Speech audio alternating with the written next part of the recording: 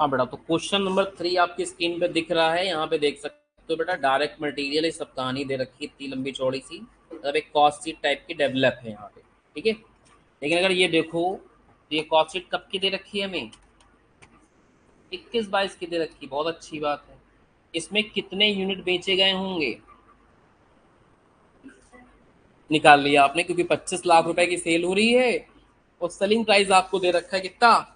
125 रुपए। तो इसका मतलब यूनिट जो सोल्ड आउट हुए वो कितने हुए हैं? 20,000 यूनिट यहाँ पे सोल्ड हुए। बहुत अच्छी बात है। हमें क्या करना है? मुझे एक तो 2021-22, 2022-23 की क्या कैलकुलेट करनी है? Cost of sale. जो कॉस्ट शीट कल बनाई थी, हमने कल बताया था कि टोटल कॉस्ट को ही कॉस्ट ऑफ सेल कहते हैं। तो एक मुझे 21-22 की और दूसरी 22-23 की कॉस्ट शीट डेवलप करनी। तो तुम कहोगे सर 21-22 की तो बनी ही है, 21-22 की तो ऑलमोस्ट बनी हुई है, तो यही कॉपी पेस्ट कर देंगे, उसमें क्या है। बगल में बस 22-23 की और बना दें, तो जो हम लोग का ये वाला पार्ट का आंसर होगा उसमें 21-22 में डेटा तो यही आएगा। बगल में एक कॉलम और बना देना है कब का? 22-23 का, वो वैल्यू भर देनी है। लेकिन वो वैल्यू भरने के लिए 22-23 में कुछ चेंजेस हो रहे हैं, उनको इनकॉर्पोरेट करना पड़ेगा। एक दो बातें छोटी सी समझ लो। जो अपनी वेरिएबल कॉस्ट होती है, नाम ही है इसका क्या? Variable cost. अगर आपकी क्वांटिटी में चेंज आया तो वेरिएबल कॉस्ट उस प्रोपोर्शन में चेंज हो जाएगी। दो समोसे बना रहे थे कल, एग्जाम्पल समोसे वाला लेके चल रहे थे, बनाने की कॉस्ट 4 रुपए आई थी। दो समोसे बनाओगे तो 8 रुपए कॉस्ट आएगी, 5 समोसे बनाओगे तो 20 रुपए आएगी। तो जैसे ही क्वांटिटी में चेंज होगा, जितनी भी वेरिएबल कॉस्ट हैं उस प्रपोर्शन में क्या हो जाएंगी? चेंज हो जाएंगी। आउटपुट बढ़ेगा, वेरिएबल कॉस्ट बढ़ेगी। आउटपुट कम होगा, वेरिएबल कॉस्ट, ठीक है।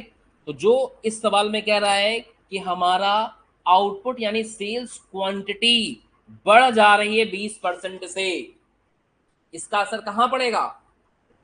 जितनी वेरिएबल कॉस्ट हैं वो 20% से हाइक हो जाएगी, क्योंकि क्वांटिटी 20% से बढ़ रही है। तो वो वेरिएबल कॉस्ट क्या हो जाएंगी हमारी? अल्टीमेटली 20% से बढ़ जाएंगी आउटपुट की वजह से। जैसे एग्जांपल, मान लीजिए हम दो समोसे बनाते थे तो कॉस्ट कितने रुपए आ रही थी? 8 रुपए। समोसे हम दो की जगह पे 20 बना रहे हैं, यानी इसमें हमने कितना इंप्रूव कर दिया? 10 टाइम्स, 10 गुना। तो यह भी चीज क्या हो जाएगी? 10 गुने से इंप्रूव हो जाएगी। तो यहाँ कॉस्ट कितनी आएगी? 80 रुपए। सेम प्रोपोर्शन, सेम प्रोपोर्शन का मतलब जो इम्पैक्ट यहाँ आ रहा है, यहाँ 1.5 गुना हो रहा तो वहां भी 1.5 गुना हो जाएगा। यहाँ 20% बढ़ रहा तो वहां भी 20% बढ़ जाएगा। ये 20% कम होगा तो भी 20 कम का होगा, ठीक है। तो जो आउटपुट में चेंज आता है, सेम चेंज आपको कहाँ डालना है? वेरिएबल कॉस्ट में। लॉजिक समझ में आ रहे होंगे। आगे चलते हैं बेटा। तो इसका असर मुझे डालना पड़ेगा जितनी भी वेरिएबल कॉस्ट है। कल आपको बताया था कि जितनी भी ये डायरेक्ट कॉस्ट होती हैं वो वेरिएबल होती हैं। मतलब जो प्राइम कॉस्ट के एलिमेंट होते हैं, that is direct material, direct wages और direct expenses, always variable cost होते हैं। सवाल कहे या ना कहे, वो हमेशा क्या होंगे? वेरिएबल कॉस्ट होंगे। नोट में लिखना चाहो तो कल जहां कॉस्ट बनाई थी वहां नोट लिख सकते हो। Element of prime cost, element of elements of prime cost, that is direct material, direct wages and direct expenses, ये हमेशा क्या होते हैं? ऑलवेज वेरिएबल कॉस्ट में आएंगे। चाहे क्वेश्चन हमसे कहे ये बात, चाहे ना कहे, ये बात तो आपको याद रखनी है कि जो प्राइम कॉस्ट के कंपोनेंट होते हैं, प्राइम कॉस्ट में जो चीजें आती हैं वो हमेशा वेरिएबल कॉस्ट होती है।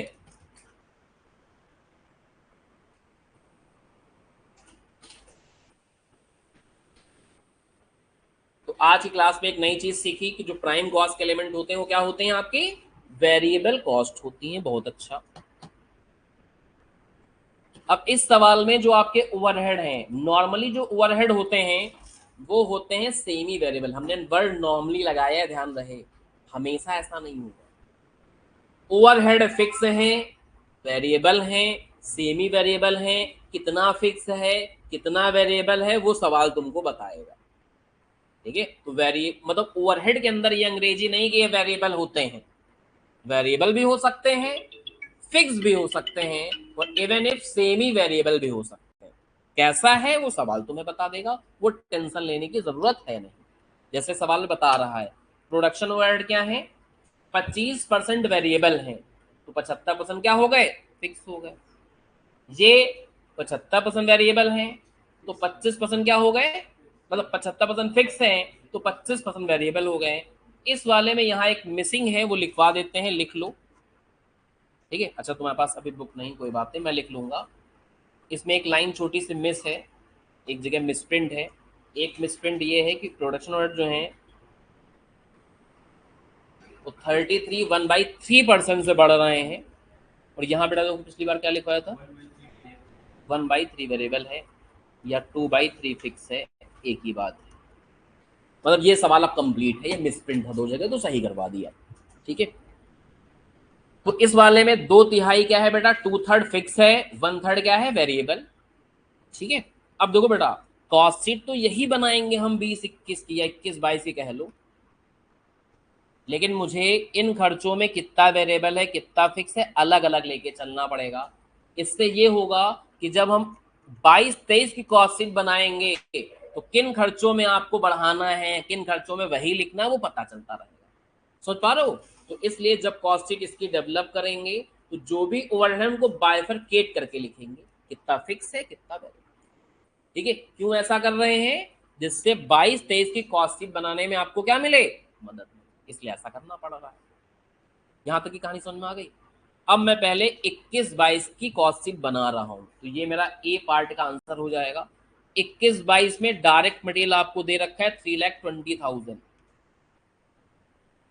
तो यहां लिख दिया हमने कितना, 3,20,000। इसके बाद डायरेक्ट वेजेस दे रखा है कितना, 8 लाख का, डायरेक्ट वेजेस लिख दिया हमने 8 लाख का, टोटल हो गया 11,20,000।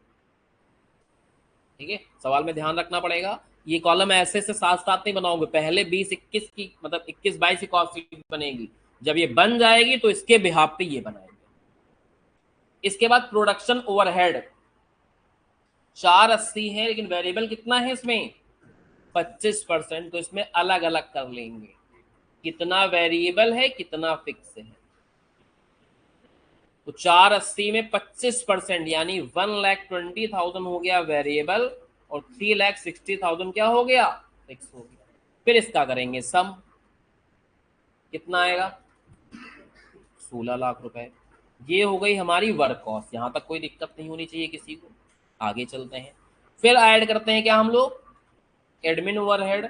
एक 60 के हैं, 75% फिक्स है, यानी 25% वेरिएबल है, इसमें भी अलग अलग कर लेंगे, कितना वेरिएबल है कितना फिक्स।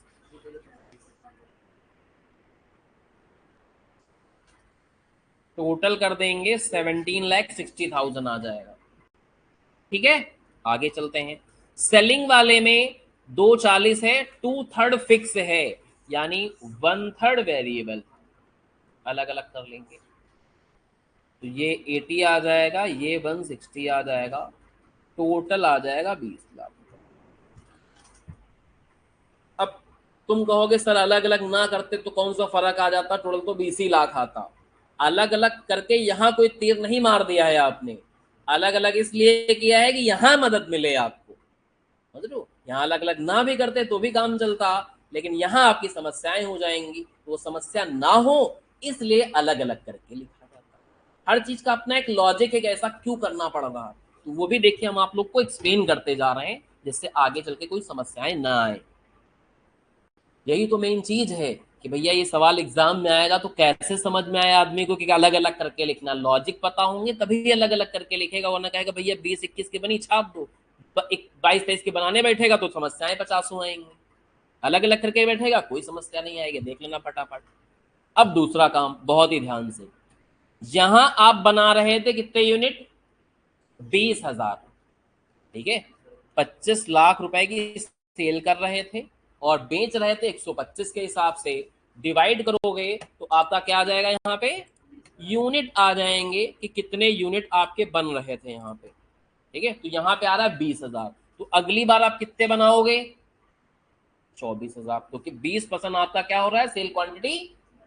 अभी वर्किंग नोट बना देंगे, अभी समझाने वाली बात तो हम समझाए दे रहे हैं। यहां तक समझ में आ रहा है? अब बहुत ही ध्यान से, क्योंकि आउटपुट आपका क्या हो रहा है, 20% से राइज हो रहा है, तो जितने भी इसमें से वेरिएबल वाले खर्चे हैं वो 20% राइज हो जाएंगे। डायरेक्ट मटेरियल, डायरेक्ट वेजेस हमने बताया था कि हमेशा क्या होते हैं, तो देखो कुछ नहीं करना है, पहले देखो हमने यही वाली फिगर इधर टीप दी, जितनी भी वेरिएबल वाले खर्चे हैं वो हमने इधर एज इट इज टीप दिए, एज इट इज जैसा लिखा हुआ था, क्योंकि इस पे हमें असर ही डालना है आउटपुट का। ठीक है, आउटपुट कितना बढ़ रहा है हमारा, 20% से, तो इसमें चाहे 20% प्लस करो या करो 120/100, ये वाला ज्यादा लॉजिक अच्छा रहता, तुम लोग यही कराते हैं। तो 20% राइज हो रहा है, यानी इसका मतलब हुआ पहले जो 100 बेचते थे अब कितना बेचोगे, 120। ये कहां कहां डालेंगे, जितने भी वेरिएबल वाले खर्चे हैं, ठीक है, जितने भी वेरिएबल कॉस्ट हैं वहां इसका असर डाल देंगे। देखो कैलकुलेशन करने के चक्कर में नहीं पड़ना है, अभी एक एक पॉइंट को कंसिडरेशन में डालना है। यहाँ सवाल लगाने के दो तरीके होते हैं, एक होता है आम बच्चा जो कहेगा नहीं नहीं पहले मैं इसकी पूरी वैल्यू निकालेंगे, तो ये भी पढ़ेगा ये भी पढ़ेगा, पूरा सवाल पढ़ेगा इसकी वैल्यू निकलेगी, फिर पूरा सवाल पढ़ेगा सारी बातें, फिर इसकी वैल्यू निकलेगी, फिर घंटा भर लगेगा आपको।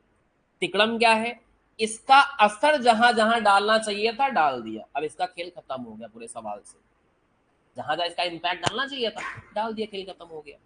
इसका इम्पैक्ट जहां जाना चाहिए डाल दो, इसका भी खेल खत्म हो जाए। तो एक एक पॉइंट का खेल खत्म करते चलो, और जब सारे खेल खत्म हो जाए तो जोड़ घटाना करके लिख दो, खत्म हो गया। इससे आपका काम जल्दी होगा और समय आपका बचेगा। एडवर्टीजमेंट जो खर्चा होता है वो सेलिंग एंड डिस्ट्रीब्यूशन का पार्ट होता है। तो तुम कहोगे सर अभी हमें ये पता नहीं है कि कौन से खर्चे फैक्ट्री में आते हैं, कौन से खर्चे सेलिंग डिस्ट्रीब्यूशन में आएंगे, धीमे धीमे पता हो जाएगा, नोट बनवा देंगे। ठीक है, कल बताया था कि फैक्ट्री वाले जो खर्चे होते हैं वो फैक्ट्री ऑर्डर में आएंगे, जो ऑफिस वाले खर्चे होते हैं ऑफिस में आते हैं, और जो ये सब नहीं होते हैं वो सेलिंग डिस्ट्रीब्यूशन में आते हैं। तो एडवर्टीजमेंट जो होता है वो सेलिंग डिस्ट्रीब्यूशन का पार्ट होता है। 45,200 यानी सेलिंग डिस्ट्रीब्यूशन की जो यहाँ कॉस्ट आएगी, यहाँ 45,000 रुपए ज्यादा आएगी। चाहे आप इसमें 45,200 जोड़ के लिख दो, चाहे इसमें जोड़ के लिख दो, उससे कुछ फर्क नहीं पड़ रहा। वैसे अमाउंट में गिवन होता है तो उसको फिक्स ही कंसीडर करते हैं, समझ लो, फिक्स ही कंसीडर करते हैं।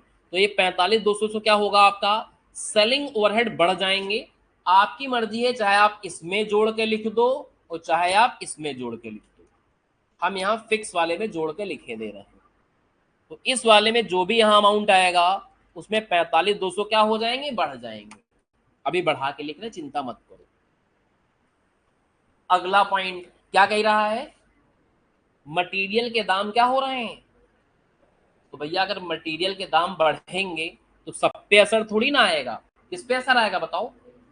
एकदम सिंपल है, मटेरियल के दाम बढ़ रहे हैं तो मटेरियल महंगा होगा, लेबर थोड़ी महंगी हो जाएगी, तो इसका असर कहाँ डालना है, सिर्फ मटेरियल कॉस्ट में। 10% बढ़ रहा है, 110/100, यही 10% कम हो जाता तो क्या करते, 90/100, समझ रहे होगे। तो इसका भी जो असर डालना चाहिए था डाल दिया। ऐसे एग्जाम में काटना नहीं हो, तो मैं ऐसे समझाने के लिए काट दे रहे हैं। ठीक है, एग्जाम में नहीं कि वहां पेपर में काटते फिरो, एग्जाम में कहेगा ये सब क्या कर रहे हो। ठीक है, एग्जाम में पेपर में कुछ भी लिखना अलाउ नहीं होता है। ठीक है, तो जब ज्यादा कलाकारी करोगे तो एग्जाम में आ जाएगा ये सब क्या कर रहे हो ना, वहाँ कुछ हल्का से टिक कर लिया जाता है कि हाँ ये काम हो गया है, ये सवाल हमने लगा लिया है। बाकी पेपर में कुछ ना आंसर लिखने का होता है ना कुछ लिखने का होता है, एग्जामिनर देखेगा गुस्सा आएगा वहां। तो ये दो पॉइंट हम लोगों ने कवर कर दिए। ठीक है, तीसरे पॉइंट में वेजेस के रेट क्या हो रहे हैं, 5% से बढ़ रहे हैं, तो इसका असर कहाँ आएगा, वेजेस पे आएगा, कॉमन सेंस है, बाकी कहीं थोड़ी डाल दोगे। 5% बढ़ रहे हैं, 105/100। ठीक है, लेकिन साथ ही साथ क्या हो रहा है, लेबर की इफिशिएंसी भी क्या हो रही है, 12% से बढ़ रही है। अब बहुत ही ध्यान से बात को समझना, ठीक है। जो इफिशियंसी होती है और जो लेबर की कॉस्ट होती है, इसमें इनवर्स का रिलेशनशिप होता है। अगर मैथ आपने थोड़ी बहुत पढ़ी है तो एक चैप्टर होता था रेशियो और एक चैप्टर होता था प्रपोर्शन। प्रपोर्शन में एक होता था डायरेक्ट प्रपोर्शन और एक होता था इनवर्स प्रपोर्शन। जो लोग मैथ हल्का फुल्का पढ़े होंगे हमारी बातों से कनेक्ट कर पा रहे होंगे, वरना तो उनके ऊपर से जा रहा होगा कि ये सब क्या चलने लगा, साला मैथ आ गई यहाँ बीच में। मैथ हर जगह आएगी, ये चीज ध्यान रखना, समझ लो। जब तक कोई भी सब्जेक्ट है, मैथ तो इंग्लिश में भी आ जाती है कभी कभी, ऐसा तुम समझ लो। तो मैथ का असर हर जगह आएगा, हल्का हल्का, इसलिए फाउंडेशन में पढ़ाई जाती। तो हमने क्या बताया कि इफिशियंसी और लेबर कॉस्ट में इनवर्स प्रपोर्शन रहता है। इनवर्स का मतलब हो गया कि अगर ये बढ़ेगा और ये अगर घटेगा तो अब ऐसा हो क्यों रहा है वो रीजन एक्सप्लेन कर देते हैं। जैसे कि मान लीजिए आप लेबर हो थोड़ी देर के लिए, ठीक है, आपको हमने अपनी फैक्ट्री में बनाया है कि भैया काम करो आके, फैक्ट्री वही है समोसे वाली, ठीक है, तो आपको समोसा बनाने के लिए बुलाया है। अब आपकी तनख्वाह है, दिन भर में मान लो आपको हम पे करते हैं 800 रुपए, और दिन भर में आपसे 8 घंटा काम कराते हैं, मतलब बुलाते तो 9 घंटा है, सुबह 9 बजे से लेकर 6 बजे तक आपकी ड्यूटी रहती है, लेकिन 1 घंटे आपका लंच टाइम रहता है, तो इफेक्टिवली तो हमारे लिए आप 8 ही घंटे काम कर रहे हो, और 8 घंटे में आपको कितना देते हैं, तो मतलब 1 घंटे का 100 रुपया हुआ ना मोटा मोटा। अब मान लीजिए हमने 2 वर्कर रखे, एग्जाम्पल, एक इनको रखा एक इनको रखा। अब ये पहले भी कहीं समोसे की दुकान में काम करते थे तो इनकी बढ़िया स्पीड बनी हुई थी, तो ये 1 घंटे में बनाते हमारे लिए, जानते हो कितने समोसे, 1 घंटे में बनाते हैं 100 समोसे। ये नए नए आए हैं लेकिन पैसा इनको उतना ही दे रहे हैं, यही वाला 800 रुपये डेली दिहाड़ी, वही 800 रुपये चल रही तो वही दे रहे हैं। दिहाड़ी मतलब तो 1 दिन की तनख्वाह, तो 800 रुपये देना पड़ता है। अब इनकी स्पीड है कम, तो ये 1 घंटे में कितने बनाएंगे, समझ ही रहे होगे कि 100 से कम ही बनाएंगे। तो हमारी पर समोसा लेबर कॉस्ट कितनी पड़ रही है, हम इनको 100 रुपया दे रहे हैं, जी हमको 100 समोसा बना के दे रहे हैं, तो एक समोसे पे खर्चा आया 1 रुपया का, आया कि नहीं आया। इनको भी हम 100 रुपए दे रहे हैं लेकिन समोसा कितने बनाई, तो 100/80 लेबर कॉस्ट आई 1 रुपये 25 पैसे, समझ रहे हो। और ये कम क्यों बना पा रहे हैं, क्योंकि इनकी इफिशियंसी कम है। इफिशियंसी ज्यादा होगी तो आउटपुट ज्यादा निकलेगा, इफिशियंसी कम होगी तो आउटपुट क्या होगा, कम निकलेगा। इसको बोलते हैं इफिशियंसी। जैसे हमारी इफिशियंसी ज्यादा है तो हम 2 घंटे में ज्यादा सवाल तुम्हें करा पाएंगे। किसी टीचर की एफिशिएंसी कम होगी तो पढ़ाएगा वो भी 2 घंटे, हम कराते हैं 8 सवाल तो वो कराएगा 6 सवाल, वो कराएगा 5 सवाल। समझ पा रहे मेरी बात को। तो एफिशिएंसी बढ़ने से आउटपुट बढ़ जाता है, पैसा तो उतना ही दे रहे हैं, आउटपुट बढ़ जाता है, इसलिए लेबर कॉस्ट क्या हो जाती है, कम हो जाती है। तो ये एक्सप्लेन कर रहे हैं कि इन दोनों में जो रिश्ता है, रिलेशनशिप है, वो इनवर्स का क्यों है, वो हमने बातों बातों में आपको एक्सप्लेन कर दिया। तो ये याद रहेगा कि एफिशिएंसी और लेबर कॉस्ट में इनवर्स का रेशियो होता, अगर नहीं याद रहेगा तो नोट लिख लो। Efficiency and labour cost have inverse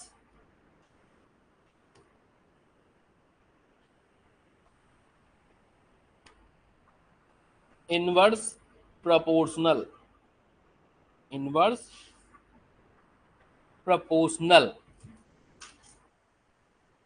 तो यानी इफिशिएंसी और लेबर कॉस्ट में इनवर्स यानी अपोजिट का रिश्ता होता है। अब अपोजिट का रिश्ता है तो करना क्या है ये समझो, लिख लिया बेटा।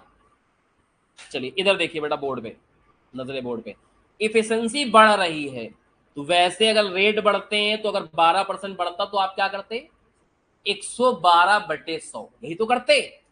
लेकिन अब आपको इसका उल्टा कर देना, 112 नीचे 100, तो बस अब हो जाएगा, यही होता है इनवर्स। ऊपर का नीचे, नीचे का ऊपर। रेशियो में पढ़ा होगा इनवर्स रेशियो, रेशियो दे रखा है 2/3, तो इनवर्स रेशियो होता था 3/2। सेम कहानी यहाँ पे आ गई। तो एफिशिएंसी में सब कुछ वैसा ही करोगे, करने के बाद पलट देना, बस हो जाएगा। इसका भी एंगल पूरा हो गया, समझ में आ गया यहां तक। आगे वेरिएबल ओवरहेड कौन से, मतलब इनकी बात कर रहा है, इनकी बात कर रहा है कि इनकी बात कर रहा है, बताओ कौन से वाले बोल रहा है? तीनों बोल रहा है। किसी को बोलना होता तो ऐसे लिखता ना, प्रोडक्शन वेरिएबल ओवरहेड, ऐसा बोल इसका। तो जितने भी वेरिएबल ओवरहेड हैं सब 5% से क्या होंगे, राइज होंगे। वेरिएबल सारी वेरिएबल कॉस्ट में नहीं करना है, वेरिएबल वाले ओवरहेड्स में करना है। तो ये है अपना वेरिएबल ओवरहेड, इसमें 5% का राइज होगा। ये है वेरिएबल ओवरहेड, इसमें 5% का राइज होगा। और ये है वेरिएबल ओवरहेड, इसमें भी 5% का क्या होगा, राइज यानी बढ़ोतरी होगी। इसका भी असर हो गया है खत्म। इसके बाद फिक्स्ड प्रोडक्शन ओवरहेड, सारे फिक्स की बात नहीं कर रहा है, केवल प्रोडक्शन वाले जो ओवरहेड हैं वो 33 1/3% से बढ़ जाएंगे। 33 1/3% को अगर इजी करते हो तो वही 33.3333 करके आता है, ठीक है। तो जो वेरी फिक्स प्रोपोर्शन वाले हैं, वैसे तो फिक्स में वही अमाउंट लिखा जाता है 360, यहां भी वही लिखेंगे 120, यहां भी वही लिखेंगे 160। तो 45 200 से बढ़ जा रहा तो अलग हमारी है कि इतना बढ़ के ये हो जाएगा। जो वेरी मतलब फिक्स वाले प्रोडक्शन वर्ड हैं वो 33% से राइज करने हैं, तो यानी 133.33 डिवाइड बाई कितना 100। 25 बढ़ता है 125/100 करते, 20 बढ़ता है 120/100 करते, 10 बढ़ता है 110/100 कर, तो वैसे ही 33.33 बढ़ेगा तो 133.33 डिवाइड बाई 100। अब देखो सर, सवाल का जितनी भी एक्स्ट्रा बातें थी वो सारी क्या हो गई हैं, डन। तो सवाल का ए पार्ट भी डन हो गया। अब कुछ नहीं करना है, कैलकुलेटर उठाना है, कैलकुलेशन करना है, प्लस करते चला जाना है, सवाल लग जाएगा। यहीं तक का काम जो सही से हैंडल कर लेगा उसका सवाल सही हो जाएगा, जो हैंडल नहीं कर पाएगा उसका गलत हो जाएगा। समझ रहे हो? अब मान लो जैसे, अब मान लो ऐसे ऐसे करने के चक्कर में पड़ते तो ये निकालना है तो भी ये भी पढ़ते, ये भी पढ़ते, सब पढ़ना पड़ता चारों बातें, फिर इसका असर आ पाता, ज्यादा टाइम इन्वेस्ट हो जाता सवाल में। तो हम लोग को ये भी देखना है कि किस सवाल को हम कैसे हैंडल करें जिससे एग्जाम में अननेसेसरी किसी सवाल में ज्यादा समय ना लग पाए। सारी चीजें एक साथ सीख रहे हो, देख रहे हो, समय कैसे रिड्यूस होगा, सवाल को कैसे समझेंगे, क्या अप्रोच रहे लगाने की। वरना भी यही सवाल कराना होता फटाफट करा देते, समझ में आ जाता, कोई दिक्कत की बात नहीं। लेकिन जो इस सवाल से सीख ले रहे हो वो अगले 10 सवाल में काम में आएगी, वो काम बन ना पाता, उन 10 सवालों में ज्यादा समय लगता। समझ लो, तो अप्रोच क्वेश्चन करने की बड़ी अच्छी होनी चाहिए आपकी, तभी मजा आ पाएगा। चलो बेटा कैलकुलेशन करके बताना जरा, कितना कितना आ रहा है। 4,22,400, यहाँ पे आ रहा है 9 लाख, एडिशन करते हैं 9 4 13, 13,22,400। इसकी कैलकुलेशन करेंगे 1,51,200। इसकी कैलकुलेशन करोगे तो ये आ रहा है 4,80,000। इनका सम कर देंगे तो यहाँ की वर्क कॉस्ट आ जाएगी, कितनी आ रही है,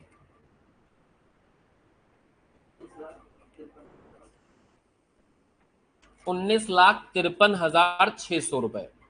इसकी कैलकुलेशन कर लो 50,400, इन दोनों को जोड़ दो, कॉस्ट ऑफ प्रोडक्शन आ जाएगी। इसकी कैलकुलेशन करके बताओ जरा कितना आएगा, और इन सबको जोड़ लो तो कॉस्ट ऑफ सेल्स आ जाएगी आपकी।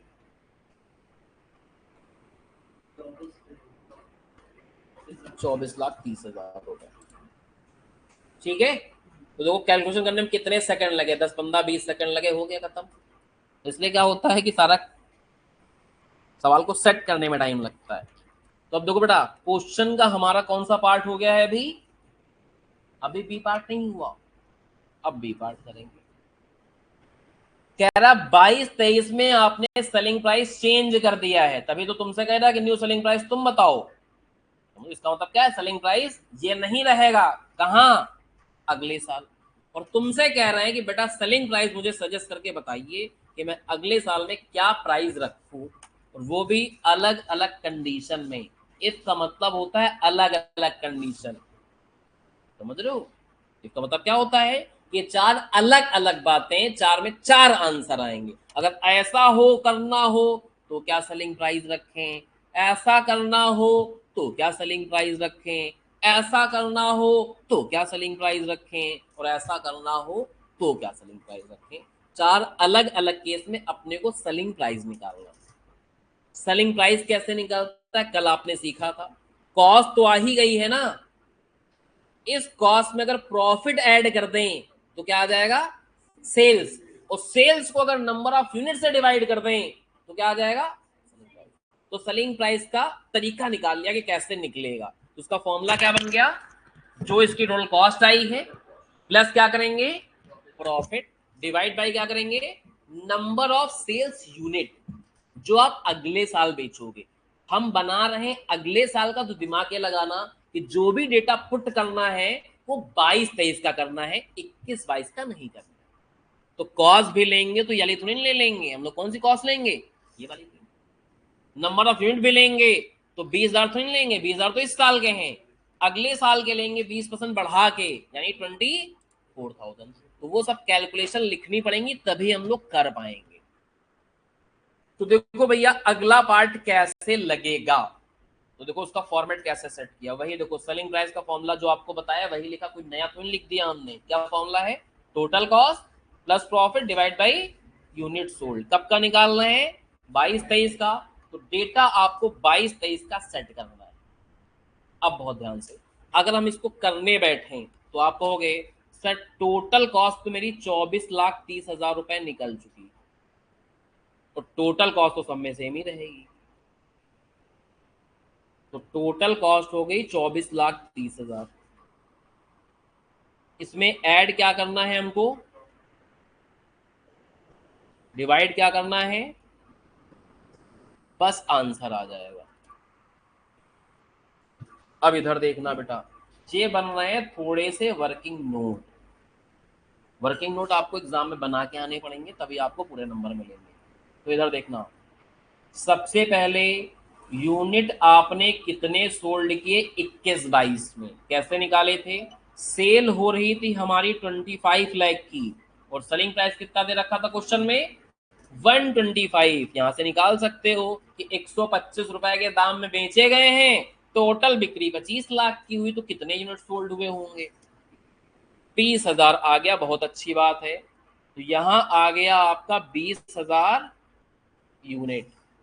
इससे हम निकाल सकते हैं कि यूनिट सोल्ड 22-23 में कितने होंगे, इस 20,000 में कह रहा था 20% ज्यादा होंगे, यानी यूनिट सोल्ड होंगे कितने, 24,000। तो एक चीज मिल गई है कि नीचे डिवाइड किससे करोगे।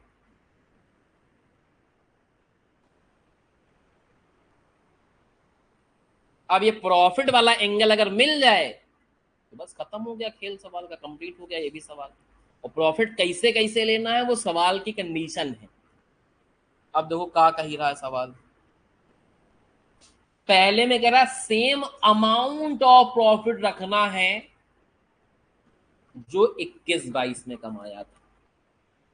21-22 में सेल हुई थी 25 लाख की, और 21-22 में कॉस्ट कितने की आई थी, 20 लाख की। यानी प्रॉफिट जो आपने कमाया है, मतलब अर्न किया है, कब, 2021-22 में सेल हुई थी 25 लाख की, कॉस्ट आई है 20 लाख की, तो प्रॉफिट आपने कितना कमाया था। कह रहा अगर इतना ही कमाना हो अगले साल, मतलब 22-23 में कितना कमाना हो, 5 लाख रुपए, तो क्या सेलिंग प्राइस रखना पड़ेगा। तो इस केस का प्रॉफिट हमको पता चल गया है कि हमें प्रॉफिट कितना रखना है, 5 लाख रुपए। सॉल्व कर लेंगे, इसका आंसर आ जाएगा। सॉल्व करके बताओ बेटा कितना आया है। तो 120.08 रुपीज। कोई समस्या, आगे चलूं, चलिए बहुत अच्छी बात है। सेकेंड पार्ट में क्या बोल रहा है, कह रहा है सेम परसेंटेज ऑफ प्रॉफिट इसमें सेम अमाउंट रखना था, सेकंड वाले में सेम अमाउंट नहीं रखना है, परसेंटेज सेम रखना है। और परसेंटेज निकाला किस पे जाएगा, क्योंकि परसेंटेज निकालना अलग मैटर है, परसेंटेज किस पे निकालना है वो बहुत ध्यान रखना पड़ता है। कभी कह देगा प्रॉफिट परसेंटेज कॉस्ट का इतना है, कभी कह देगा सेल का इतना है, तो देखना जहां भी परसेंटेज आएगा आगे की दो लाइनें बहुत इंपॉर्टेंट होंगी। अब मान लो सवाल कह रहा है प्रोडक्शन में 20% है, किसी सवाल में कहेगा 20% प्राइम कॉस्ट का है, कभी कहेगा 20% वर्क ओवरहेड का है, कभी कहते हैं 20% मटीरियल का है। आगे तुम पढ़ ही नहीं रहे हो, खाली 20% पढ़े हो तो कहाँ लग गई। तो जहां जहां भी परसेंटेज आएगा कहीं पे भी उसके आगे कहाँ वो परसेंटेज से अप्लाई करोगे वो मोस्ट इंपॉर्टेंट हो जाता है, तो ध्यान रखना है। तो जो प्रॉफिट परसेंटेज सेम रखने हैं कौन से रखने हैं, सेल वाले। तो मुझे क्या करने पड़ेंगे, पहले 21-22 का प्रॉफिट परसेंटेज निकालना पड़ेगा जो सेल पे निकलना चाहिए सवाल की डिमांड के हिसाब से। तो मैंने क्या किया, परसेंटेज ऑफ प्रॉफिट निकाला किस पे, ऑन सेल पे। कब का, तो देखो बेटा 21-22 में प्रॉफिट हुआ था 5 लाख रुपए का। कितने का प्रॉफिट हुआ था, प्रॉफिट परसेंटेज सेल पे निकालने, इसका मतलब सेल नीचे डालनी है। तो सेल कितनी थी अपनी 25 लाख की, इनटू कर दो 100, तो ये कितना हो गया 20%। किसका, सेल्स का। यही रखना है वहां। लेकिन प्रॉब्लम है कि यहां आपको कॉस्ट पता है तो कन्वर्ट कर लेंगे, जैसा कि कल आपने लिखा था। कोई ऐसा है जो कल की क्लास में ना रहा हो, एनीबडी, सब लोग कल क्लास में थे ना, चलो बहुत अच्छी बात है। तो 20% सेल का मतलब क्या हो गया, 1/5 किसका, सेल का। अभी तो 1/5 ही किया, इसको फ्रैक्शन में कन्वर्ट किया है। 20/100 कटपिट किया तो 1/5 आया। 1/5 सेल का मतलब क्या हो गया, 1/4 ऑन। समझ में आ रहा है। तो यहां पे हमें क्या रखना है, कॉस्ट का 1/4 लिखना। तो जो कॉस्ट आई है इसका 1/4 अपन का हो जाएगा प्रॉफिट। सॉल्व कर लेंगे, इसका रिजल्ट आ जाएगा 126.56 अप्रोक्सीमेटली। ठीक है, तो इसका 1/4 करना है, इसमें जोड़ना है, 24,000 से डिवाइड करना है, 126 रुपए 56 पैसे आ जाएगा। यहां तक क्लियर हुआ, आगे बताया जाए। चलो आगे चलते हैं। अगले वाले में क्या कह रहा है, क्या कह रहा है, existing profit percentage to sales increase by 25%। ठीक है, मतलब जो अभी प्रॉफिट परसेंटेज सेल पे आया है वो कितना आया है 20%, इसको 25% से बढ़ाना है। ठीक है, वो रखना है मुझे क्या, प्रॉफिट परसेंटेज 22-23 में। तो ये जो ये अगला पार्ट कर रहे हैं वो इसके लिए स्पेशल कर रहे हैं। ठीक है, यानी हम B3 के लिए कुछ एक चीज निकाल रहे हैं। क्या निकाल रहे हैं वो देखना है बहुत ध्यान से। कह रहा है कि जो परसेंटेज प्रॉफिट रहेगा ऑन सेल्स वाला वो एग्जिस्टिंग वाले में आपको क्या करना है 25% हाइक करना है। अब बहुत ध्यान से बात को समझना। अगर मान लो एक कंपनी है वो कह रही हमारा ग्रॉस प्रॉफिट है 20% का, कितना है, और अब इस साल चिल्ला रही कि हमारा ग्रॉस प्रॉफिट 10% से बढ़ गया है, तो इसका मतलब यह नहीं कि 30% हो गया है, इस परसेंटेज पे वो अप्लाई होगा। समझ रहे हो, तो इस 20 का 25% राइज होगा। तो अभी कितना है 20, इसी में 25% हाइक करना है। तो 20 का अगर 25% निकालोगे तो 5 आएगा, और इस 20 में जोड़ दोगे तो कितना हो जाएगा। तो कहना ये चाहता है कि पहले 20% प्रॉफिट होता था सेल का, अब 25% बढ़ जाएगा तो वो हो जाएगा 25% ऑन सेल। और 25% ऑन सेल का मतलब होता है 1/4 ऑन सेल, और इसका मतलब होता है 1/3 ऑन कॉस्ट। तो बस जहां ये 1/4 करे थे अब की 1/3 कर देना है।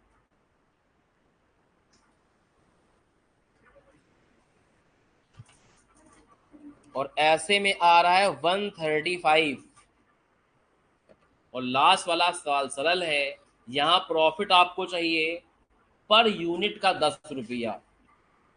तो बेच रहे हो 24,000, हर यूनिट पे 10 रुपया का प्रॉफिट चाहिए, तो मतलब 240 का प्रॉफिट चाहिए अल्टीमेटली।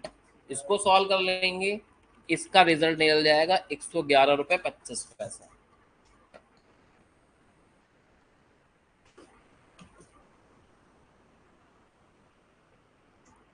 समझ गए? तो इस तरीके से किया जाएगा, इस तरीके से लगाया जाएगा। ठीक है, हम जब क्लास में सवाल कराते हैं तो बड़ा डिटेल में कराते हैं, चीजें समझा समझा के कराते हैं, तो क्लासरूम में सवाल कराने में टाइम लगता है, क्योंकि हमें एक बार सवाल पढ़ना है, फिर तुम्हें सवाल समझाना है, फिर लिख लिख के बताना है, फिर वर्किंग नोट करना होता है। एग्जाम में इतना समय नहीं लगता, क्योंकि एग्जाम में किसी को समझाना थोड़ी तुमको है, लगा के चले आना है, घर काम खत्म हो गया। तो वहां लगता है इसका आधा समय, मोटा मोटा। सुनारी बात। तो क्लासरूम में हो सकता है कभी ऐसा हो कि बहुत बड़े बड़े सवाल आ जाएं, तो 2 घंटे में 4 5 सवाल लगे। कभी भी ऐसा हो सकता है कि 2 घंटे 2.5 घंटे क्लास में 15 20 सवाल लग जाए। वो क्वेश्चन की डेप्थ पे निर्भर करेगा, क्वेश्चन कितना बड़ा है। जैसा क्वेश्चन रहता उतने नंबर का एग्जाम में आता है। जिस सवाल बड़ा होगा, जिसमें काम ज्यादा होगा, वो 10 12 14 नंबर का देगा। जिसमें काम कम होगा, कुछ 7 नंबर का देगा। और काम कम है, एमसीक्यू 2 नंबर में डाल देगा। तो जितना काम, जितनी एनर्जी, जितना आउटपुट, उसी हिसाब से उसके नंबर्स रहेंगे। तो बड़े सवाल में समय ज्यादा रहेगा तो नंबर भी तो ज्यादा गेन करोगे, छोटे सवाल में समय कम रहेगा तो नंबर भी कम गेन करोगे। तो असली खेल है नंबर्स का, तो उसके टेंशन ना लो। स्पीड धीमे धीमे आती है। हो सकता है यही सवाल तुम घर में लगाओ तो तुमको लग जाए आधा घंटा पौन घंटा मे भी। उसके बाद जब दोबारा लगाओगे तो अगर आपको आधे घंटे लगे हैं तो दोहराओगे तो फिर 20 22 मिनट में लगेगा। ठहराओगे तो 14 15 मिनट में लगेगा। चौथी बार लगाओगे 12 मिनट में लगेगा। पहले दिमाग लगाने लगे कि सवाल 10वें मिनट में लगना चाहिए, तो कभी लग भी नहीं पाएगा, ना कभी आ पाएगा, ना कभी रिडक्शन पॉसिबल हो पाएगा। ठीक है, इसी तरह इकोनॉमिक्स के अंदर एक चैप्टर होता है एक्सपीरियंस कर्व का, जिसको हम लोग लर्निंग कर्व बोलते हैं। किसी ने इकोनॉमिक्स पढ़ी होगी तो शायद कनेक्ट कर पा रहा होगा हमारी बात को। पढ़ा है किसी ने? एक कर्व होता है जिसको बोलते हैं लर्निंग कर्व, उसका दूसरा नाम होता है एक्सपीरियंस कर्व। जो नहीं पढ़ा है तो पढ़ोगे, जब इकोनॉमिक्स पढ़ोगे तो पता चलेगा भाई, अगर नहीं पढ़ रखा तो हम क्या कर सकते हैं। उसमें कहा जाता है कि जैसे जैसे आप आउटपुट बढ़ाओगे उसी काम को दोबारा करोगे, सेम काम होना चाहिए, तो अगले यूनिट में पिछले यूनिट के मुकाबले समय कम लगता है।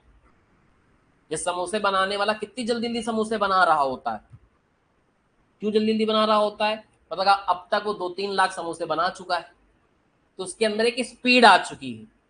आप जब पहली बार बना रहे हो तो आपको पता नहीं कैसे बनाना है, तो आपको पहले ही समोसा भरने में पता लगा 10 मिनट लग गए। मम्मी लोग देखो कितनी जल्दी जल्दी रोटी बना देती हैं, पता लगा 20-25 रोटी बनानी, लोग 15-20 मिनट सारी रोटी सिक बिक गई। अभी तुमसे कहा जाए वही 25 रोटी सेकने का, 1.5 घंटे समय लगा दोगे, 15 मिनट तुम्हारा सारा आटा नहीं गूंथ पाएगा सही से।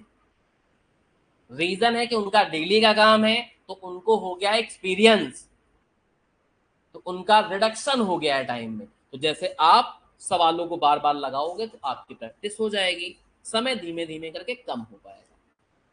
चाहे कोई भी एग्जाम हो, जैसे 2-3 बच्चे इसमें सीए वाले, कितने बच्चे हैं सीए वाले? 1 2 3 4 लोग इसमें सीए वाले हैं, बाकी सब सीएमए वाले हैं। ठीक है, जितने भी सीए वाले हैं आज की क्लास के बाद मिलके हमसे जाएंगे, बताएंगे कैसे क्या करना है आगे की बातें। बाकी सब लोग सीएमए वाले हैं। तो जो क्लासरूम अप्रोच है वो सीएमए वाले को रख के बनाई जा रही है यहाँ पे, उससे सीए वालों को कुछ फर्क नहीं पड़ रहा है। आज का ऐसा ट्रेंड हो गया है, अभी दिखा देंगे आपको हम 2-4 पेपर निकाल के, आज दिखा पाए ना, कल परसों दिखा देंगे। वही सवाल, यही यही सवाल है, हो सकता है सीए वाले एग्जाम में इसी अटेम्प्ट में आ जाए, लेकिन सीए की किताब में दे नहीं रखा है सवाल। ठीक है, तो कहते कॉस्टिंग तो सेम है, तो इनके पास जब सवाल नहीं बचाए होते दूसरी जगह सवाल चेप देते हैं।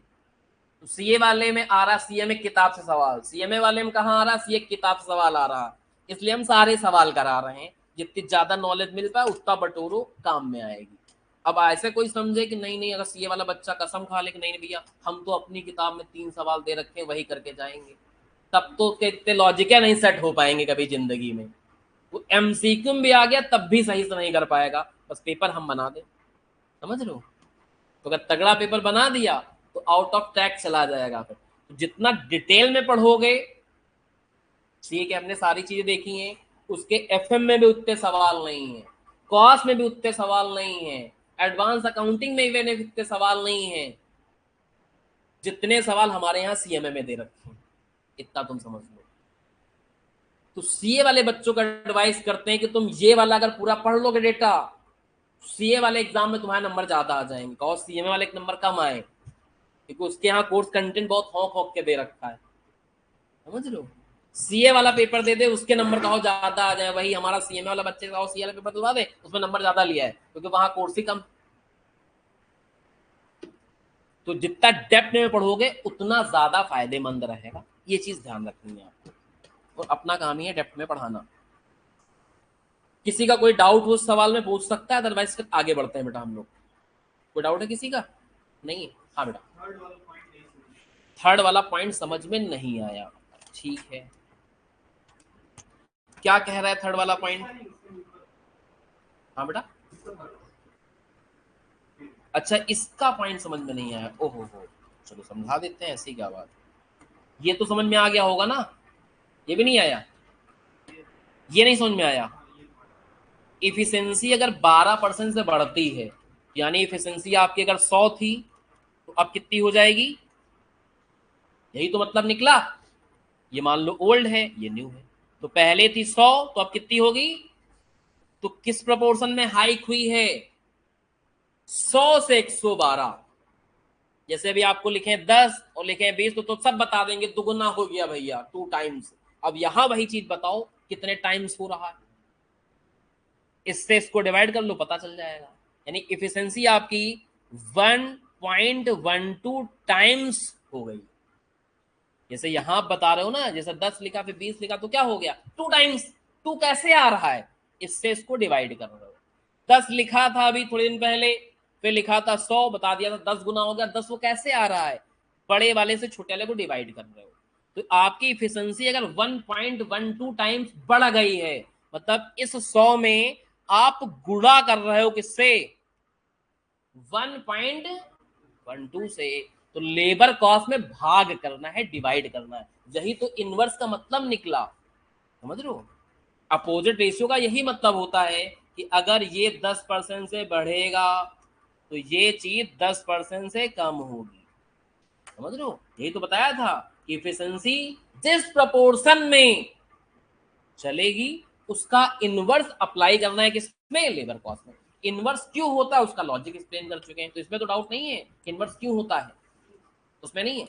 तो अगर मान लो बेटा ऐसा समझो कि अगर आपकी इफिशिएंसी 10% से बढ़ी तो लेबर कॉस्ट क्या हो जाएगी?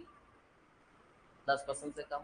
इफिशिएंसी 2% से माइनस हुई तो लेबर कॉस्ट हमेशा प्लस माइनस में ही नहीं चलेगा, ऐसा भी हो सकता है। इफिशिएंसी दुगुना हुई, इफिशिएंसी मल्टीप्लाई बाई 10, ऐसा भी हो सकता है। एडवर्स करना है, प्लस है तो माइनस, गुणा है तो भाग, भाग है तो गुणा, इसी को एडवर्स कहते हैं, अपोजिट। बस वही चीज यहाँ अप्लाई करी गई है और कुछ भी नहीं है। आप ना मन करे तो कोई दिक्कत की बात नहीं है, इतनी कैलकुलेशन तो समझ में आ रही है। इफिशिएंसी 1.12 हो रही है ना, मल्टीप्लाई कर रहे हो, इसी को डिवाइड कर दो 1.12 से आ जाएगा आंसर। इतना करने वही खेल हुआ है, जब इससे इसको डिवाइड करो तो वही तो रहा 1.12 से डिवाइड हो रहा। तो ये थोड़ा सा बच्चों को आसान लगता तो ये करा दिया गया। तो यानी मटेरियल के दाम बढ़े, आउटपुट बढ़े, रेट बढ़े, सब में ऐसे डालना, नीचे 100 रहेगा ऊपर बढ़ा घटा के, 10 बढ़ रहा है 110/100, 20 बढ़ रहा है 120/100, 10 घट रहा है 90/100। इफिशिएंसी में यही काम करना, बस पलट देना। इफिशिएंसी 12 से बढ़ रही है तो नॉर्मली कुछ और बढ़ता तो 112/100 करते, पलट दो 100/112 कर दो।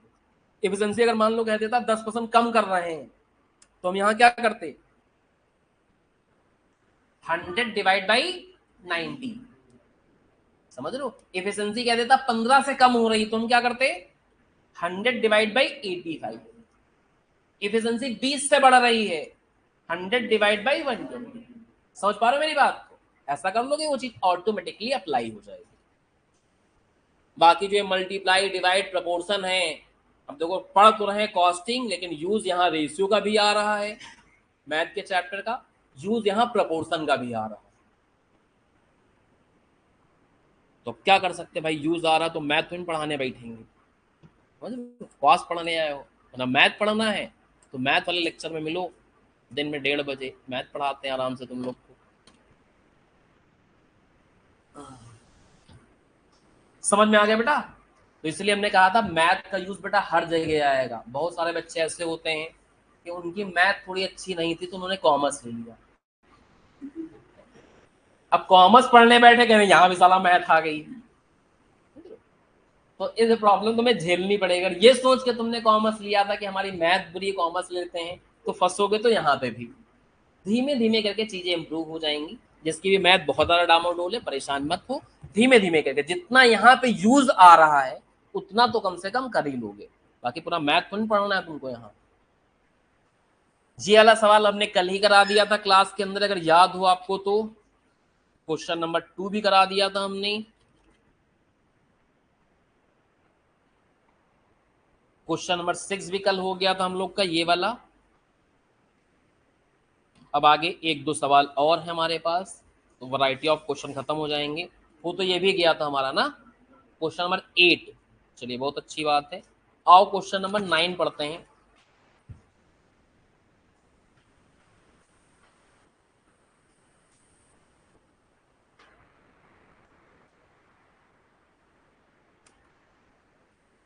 तो क्वेश्चन में लिखा हुआ है following of the costing record of 2022, ये गलती से प्रिंट है, 2021 का है ये, ठीक है।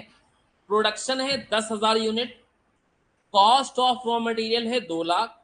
ये डेटा कब का बता रहा है? 2021 का, ठीक है। फिर देखो यहां कॉस्ट शीट बनानी है कब की, लेकिन हम जानबूझ के 21 की बनाएंगे क्योंकि 22 की बनाने में हेल्प मिलती है ना इससे। कुछ वेरिएबल कॉस्ट होंगी, कुछ वो होंगी, उसी हिसाब से बढ़ाना घटाना पड़ेगा। तो अगर इस सवाल में ना भी कहता, जो पिछला सवाल आपने लगाया है कि 21 का बनाओ, तब भी तुम्हारी मजबूरी ऐसी होती कि 21-22 का तुम्हें बनाना ही पड़ता, क्योंकि 21-22 का ही बेस बना के तुमने 22-23 की वैल्यू निकालनी। समझ रहे हो? इस सवाल में तो कह रहा था 21-22 बनाया, तुमने बनाया, बहुत अच्छी बात है। अब जो 9th वाला करने जा रहे हैं इसमें नहीं कही रहा है कि 21 का बनाओ। देख लो सवाल, पढ़ लो, कहीं कहीं बोल रहा हो तो बताना हमको। यहाँ क्या कह रहा है?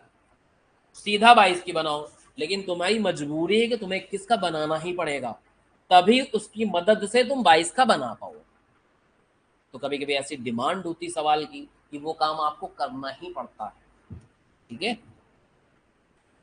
तो भैया 2010 में आप यूनिट कितने बना रहे हो? तो यहां अगर मैं 10,000 यूनिट लिख दूं तो कुछ गलत नहीं हो जाएगा ना? ठीक है, बहुत अच्छी बात है। 22 में कितना बनाओगे? तो अगर मैं ये कहूं, जैसे पिछले सवाल में बोला गया था कि मेरी क्वांटिटी 20% से हाइक हो जाएगी, तो अगर वो परसेंटेज तुमसे यहां बोलें कि कितने परसेंट से आउटपुट बढ़ जा रहा है, तो क्या तुम नहीं बता पाओगे? पहले 10 बनाते थे और अब कितना बना रहे हो?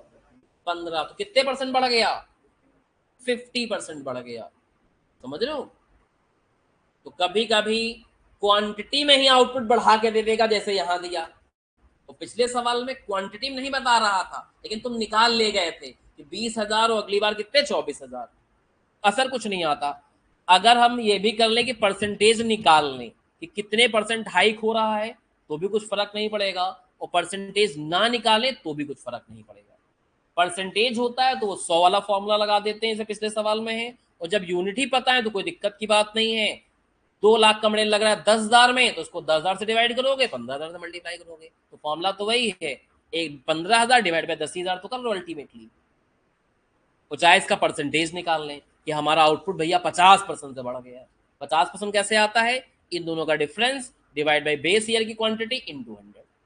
डिफरेंस है 5,000, पहले था 10,000, तो 50% आपका क्या हो गया है? राइज हो गया। तो ऐसे चाहें तो परसेंटेज फॉर्म में भी निकाल सकते हैं, अदरवाइज इतनी कोई नीड नहीं है। समझाना था तो एक्सप्लेन कर दिया। अब यहाँ 2021 में जो हमारा मटेरियल लग रहा है वो कितने का लग रहा है? 2 लाख का। लेबर लग रही है 1 लाख। अब देखो पिछला सवाल समझ चुके हो, तो इस सवाल में उतना टाइम नहीं लगेगा, देखना 5 मिनट में सवाल खत्म हो जाएगा। फैक्टर्ड 80,000 रुपए हैं, ठीक है, तो इसका सम कर देंगे, ये हो गया हमारा कितना 3,20,000।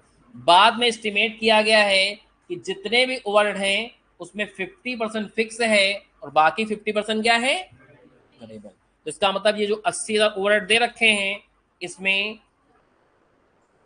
40 फिक्स,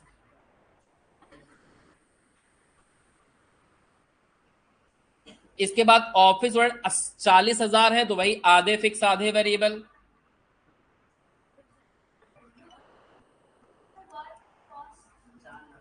अच्छा वर्क कॉस्ट मैंने गलत लिख दी, ये कह रहे हो, चलो कोई बात नहीं, सही कर देते हैं, उसमें क्या है।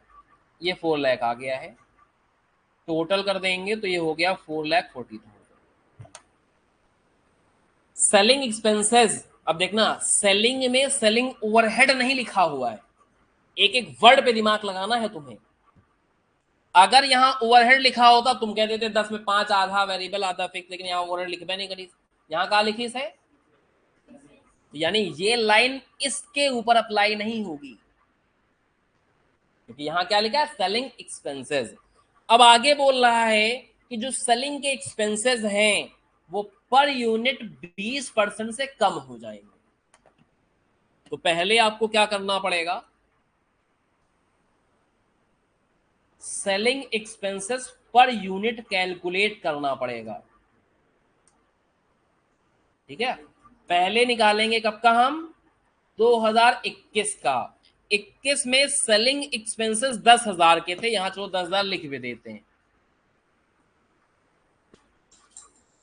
और 21 की आपको सेल भी नहीं दे रखी है, लेकिन प्रॉफिट दे रखा है कितना, किसका, 25% का मतलब हो गया 1/4। 1/4 अगर सेल का हो गया तो कॉस्ट कितना हो जाएगा, बहुत बड़े हैं, 1/3, तो ये हो जाएगा 1/3 ऑफ, इसका 1/3 करोगे तो 1,50,000 आएगा, सम कर देंगे तो 6 लाख आएगा, ठीक है। अब बहुत ही ध्यान से, अभी ये निकाल रहे हैं नीचे जो कर रहे थे, अभी 2 मिनट में कर रहे हैं, सब्र करो थोड़ी सी। जहां मटेरियल 2 लाख का लगा, पहले वही चीज है कि सबकी वैल्यू को कॉपी पेस्ट कर लेना है बिना कुछ टाइम लगाए, जैसे वैल्यू गिवन थी जो पिछले साल की वैल्यू थी वो कॉपी पेस्ट कर दो, जो भी खर्चे थे उनकी, जो आंसर के पार्ट होते हैं उसके नहीं लिखे जाते हैं, ठीक है। इसमें पर यूनिट गेम चलेगा तो वो नहीं कॉपी पेस्ट करना है। अब देखना हमारा आउटपुट 10 से 15 हुआ, तो भी बताया था आउटपुट का असर हर एक वेरिएबल कॉस्ट पे पड़ता है, डायरेक्ट वाली कॉस्ट वेरिएबल कॉस्ट होती है। तो भैया 2 लाख का खर्चा तब आता जब तुम 10,000 बनाते, यहां कितने बना रहे हो,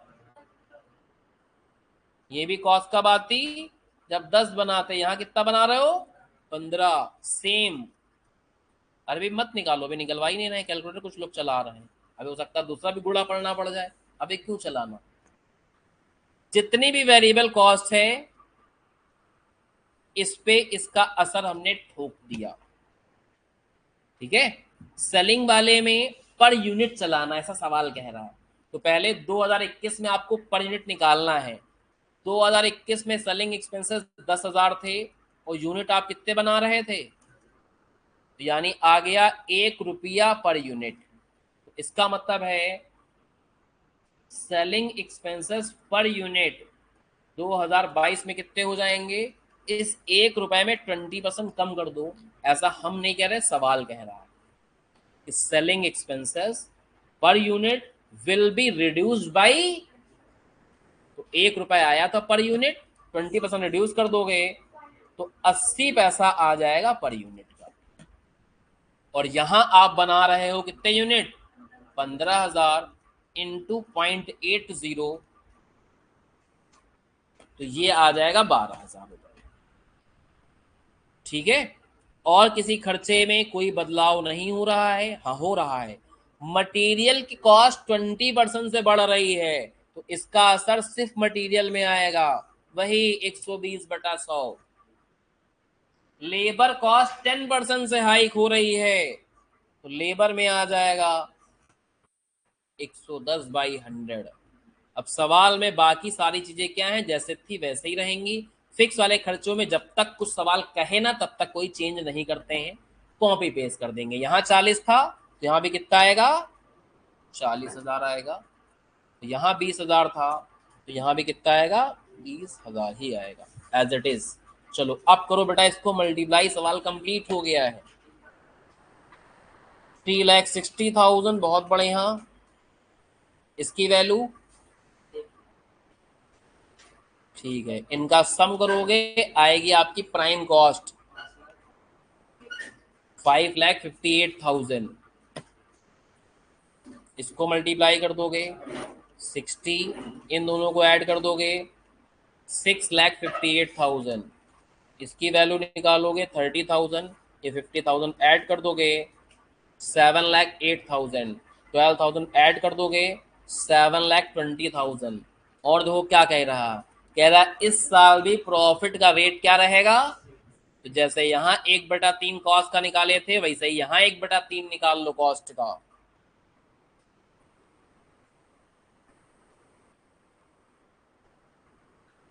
तो बन गई भैया 2022 की कॉस्ट शीट।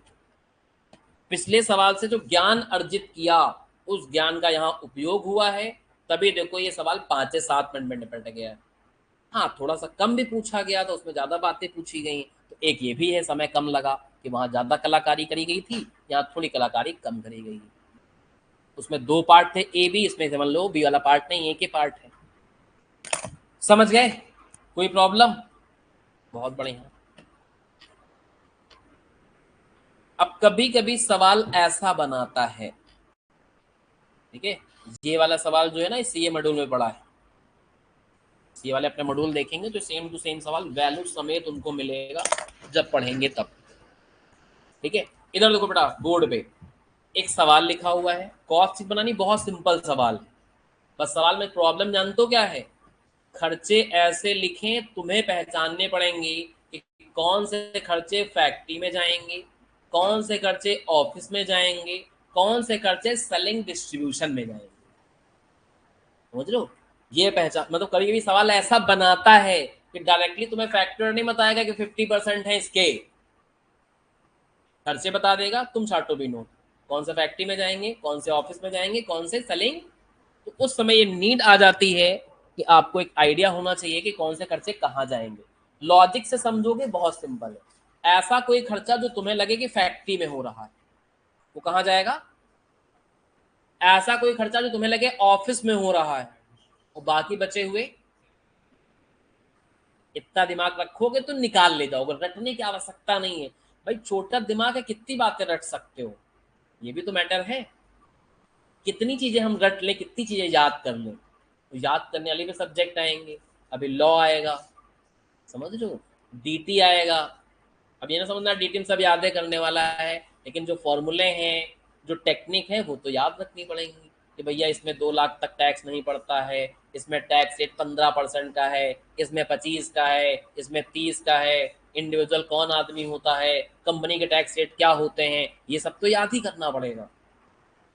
तो याद करने वाले काम वहां पे भी आएंगे। हर सब्जेक्ट में कभी भी कोई सब्जेक्ट ऐसा नहीं होगा जो प्योरली कॉन्सेप्ट पे निर्धारित हो, कॉन्सेप्ट हर जगह रहेंगे और हर जगह थोड़ा रटने वाला काम भी रहेगा, ठीक है।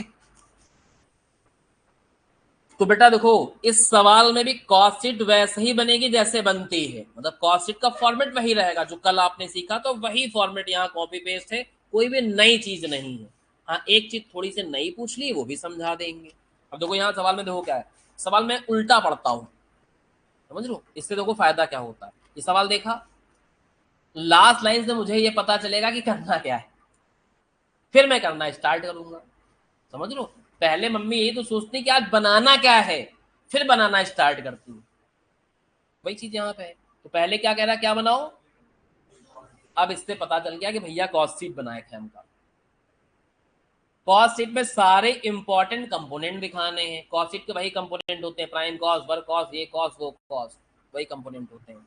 एंड ऑल्सो एक और चीज पूछी गई, तो इसके बारे में बाद में चर्चा करेंगे, पहले इतना काम हो जाए, एक बार इतना काम हो जाएगा तो ये भी समझ लेंगे, इसमें कोई टेंशन वाली बात थोड़ी ना, एक बार यहाँ तक का हो जाए। तो पहले आपको क्या करनी है, कॉस्ट शीट डेवलप करनी जिसका ये फॉर्मेट होता है।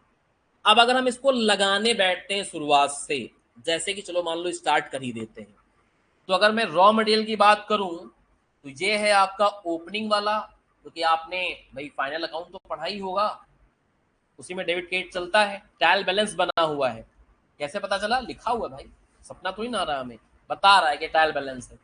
ट्रायल बैलेंस के अंदर जो स्टॉक लिखा होता है वो ओपनिंग स्टॉक होता है, ये फाइनल अकाउंट पढ़ के आए होगे। और जो क्लोजिंग स्टॉक रहता है वो ट्रायल बैलेंस की कहाँ लिखता है, वैसे लिखा भी है क्लोजिंग वाला है, तो ये क्लोजिंग वाला है तो ऊपर वाला क्या हो गया, ओपनिंग वाला हो गया, इतना भी दिमाग लगा सकते हो। तो ये हो गया आपका ओपनिंग रॉ मटेरियल, कितने का, 1,40,000 का। तो ओपनिंग रॉ मटेरियल में हमने लिख दिया कितना, 1,40,000 रुपए। इसके बाद भैया परचेज ऑफ रॉ मटेरियल, अपने फॉर्मेट के अनुसार चलना है, सवाल के अनुसार नहीं चलना है, अपने फॉर्मेट के अनुसार। तो ढूंढ लेंगे परचेज ऑफ रॉ मटेरियल कितना है, तो रॉ मटेरियल परचेज किया है 320 का, लेकिन कॉस्ट शीट है परचेज और सेल नेट करके लिखी जाती है, मतलब कोई रिटर्न है माइनस करके लिखो। तो परचेज आपने किया 320 का, लेकिन परचेज रिटर्न भी है कितने के, 4800 के, तो माइनस कर दो। 3,20,000 माइनस 4,800 दैट इज रिटर्न। तो अगर ऐसा करते हैं तो कितना आएगा, करेक्ट 3,15,200। फिर इसी में अगर जब फॉर्मेट बनाया तो यहाँ लिखवाया था कोई एक्सपेंसेस हैं, कौन से, related to purchase of raw material. इसमें एग्जांपल लिखा था फ्रेट, कैरेज, एक्सेट्रा एक्सेट्रा। हमने कहा था कम सवालों में आएगा, लेकिन कभी ना कभी तो आएगा, याद आपको पूरा फॉर्मेट रखना है। तो इस सवाल में अगर देखो तो यहाँ आपको फ्रेट दे रखा है, ठीक है, फ्रेट दे रखा है, फ्रेट ऑन मटेरियल कितना, 16,000 रुपए। तो ये फ्रेट ऑन मटेरियल भी आ जाएगा यहाँ पे 16,000 रुपए का।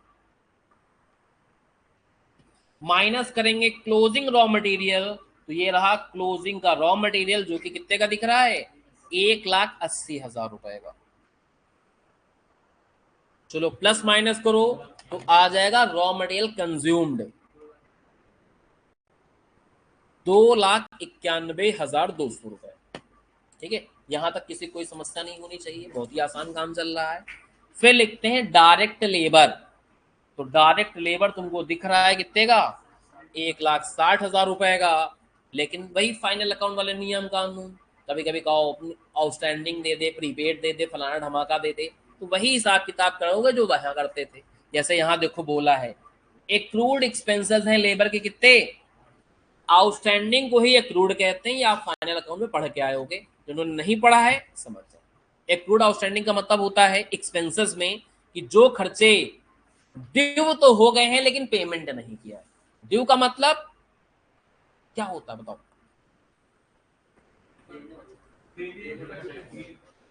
देने को बच, हम ड्यू का मतलब पूछ रहे हैं, हम एक्रूड का मतलब नहीं, तुम तो एक्रूड का मतलब बता रहे हो, देने को बचा है। केवल अगर ये लिखा हो ड्यू हो गया, इसका क्या मतलब निकला। एक आम आदमी, हम मान लो कॉमर्स के स्टूडेंट नहीं है, हम बीए किए हुए, हमको समझाओ ड्यू क्या होता है। सिंपल ड्यू का मतलब होता है कि जब आपके ऊपर लायबिलिटी अराइज हो जाए। दुकान पे गए, आपने समोसा मांगा, दुकानदार ने अभी समोसा तुम्हें नहीं दिया है, तुम चले आओ, वो नहीं कह सकता कि समोसा खरीदना ही पड़ेगा। उसने समोसा दे दिया, तुमने खा लिया, अब पैसा ड्यू हो गया। दो चाहे ना दो, 10 दिन बाद दो। तो ड्यू का मतलब होता है जब आपके ऊपर लायबिलिटी इंपोज कर दी जाए। जैसे वर्कर था, 1 महीना काम करा लिए, अब ड्यू हो गया, अभी महीना खत्म नहीं हुआ तो ड्यू नहीं हुआ। बात समझ रहे हो। मान लो वर्कर कोई काम करता है, वो नहीं कह सकता कि सर मेरी जून की सैलरी ड्यू हो गई, अभी जून खत्म ही कहाँ हुआ, पहले पूरा 30 तारीख तक काम करो तब ड्यू होगी। पेमेंट हम अगले महीने 10 तारीख को करेंगे, वो अलग की बात, समझ लो। तो ड्यू का मतलब होता है जब आपके ऊपर लायबिलिटी इंपोज हो जाए, यानी जब ऐसा हो जाए कि भैया ये पैसा तो आपको देना ही पड़ेगा, वरना कोर्ट कचहरी में घसीट के आपसे पैसा वसूलेगा वो, तो उसको बोलते हैं ड्यू। तो एक्रूड और ड्यू का यही मतलब होता है, एक्रूड है, ड्यू है, आउटस्टैंडिंग है, जो लायबिलिटी आपके पास इंपोज हो गई है, इंपोज हो गई तो वो खर्चे आपके हो गए, भले 4 दिन बाद पेमेंट करेंगे लेकिन खर्चा तो काउंट ही करेंगे ना हम। तो भैया 1,60,000 हमने खर्चा कर दिया है, 8,000 आगे चल के देना पड़ेगा, टोटल कॉस्ट आएगी हमारी 1,60,000। तो आउटस्टैंडिंग जो रहता है वो हम लोग जोड़ लेते हैं, और जो प्रीपेड रहता है वो क्या कर लेते हैं, घटा लेते हैं। ये तो आपने फाइनल अकाउंट में सीखा होगा। जिन लोगों ने फाइनल अकाउंट में नहीं सीखा है, फाइनेंशियल अकाउंटिंग पढ़ेंगे वहां समझ में आएगा उनको। कोई ऐसा तो नहीं इसमें कि जो कॉमर्स बैकग्राउंड का ना हो, एनीबॉडी समझ ना कॉमर्स बैकग्राउंड के? चलो ठीक है। पिछले बैच में ऐसा हो गया, हम बता दिए क्रूड। अब हम तो ये समझ रहे भैया 11th 12 पढ़ क्या है, क्रूड क्रूड मतलब समझ में आता होगा। तो कई सर ये आउटस्टैंडिंग क्या होता है, जब क्लास खत्म हो गई सर प्रीपेड करने के 11th 12 पढ़े नहीं हो क्या? कैसे हम कॉमर्स सेक्ट नहीं, तुम कहाँ चले आओ भैया, तुम सीएमए में करे सब, सीएबी कहाँ हो पाएगा तुमसे। पहले जाओ 11th 12 का पूरा सिलेबस पढ़ो जाके तुम, उसके बाद कोर्स में एंट्री मारो, तब तो कुछ समझ में आएगा। क्या मतलब वो सब आप नहीं पढ़ाएंगे मैंने, हमने कहा 11th 12 पढ़ाने बैठे तो ये सब कौन पढ़ाएगा तुमको? तो हमने कहा पहले कोई ट्यूटर लगाओ जो तुम्हें 11 12 का पूरा सिलेबस, जहां शुरू हुआ था कि कैपिटल क्या होती है, एसेट क्या होता है, वहां से पढ़ो, जितने साल लगे तुम्हें, साल 2 साल 4 साल, उसके बाद इस कोर्स में एंट्री मारना, तब हम आपकी हेल्प कर पाएंगे। क्या मतलब बेसिक आप नहीं पढ़ाते ना, बेसिक पढ़ाते हैं लेकिन इतना बेसिक तो नहीं पढ़ाएंगे कि बाकी बच्चे बर्बाद हो जाएं। बात समझ रहे हो? बेसिक का ये मतलब हुआ ना कि मान लीजिए कॉस्ट शीट का आपको फॉर्मेट नहीं आता था, कॉस्ट शीट का मतलब नहीं आता, तो वहीं तो स्टार्ट किया है। अब आदमी कहे नहीं भैया इसका भी कोई बेसिक होता है, तो शुरुआत ही यहाँ से हो रही है। वहां तो ये जमसम रहेगा। मान लो फाइनल अकाउंट है, तो आपको ये बनाने की जरूरत नहीं कि फाइनल अकाउंट में 3 अकाउंट बनते हैं, ट्रेडिंग, पीएल, बैलेंस शीट। जब भी बताने बैठेगा कोई तो फिर कितना टाइम लगेगा उसका।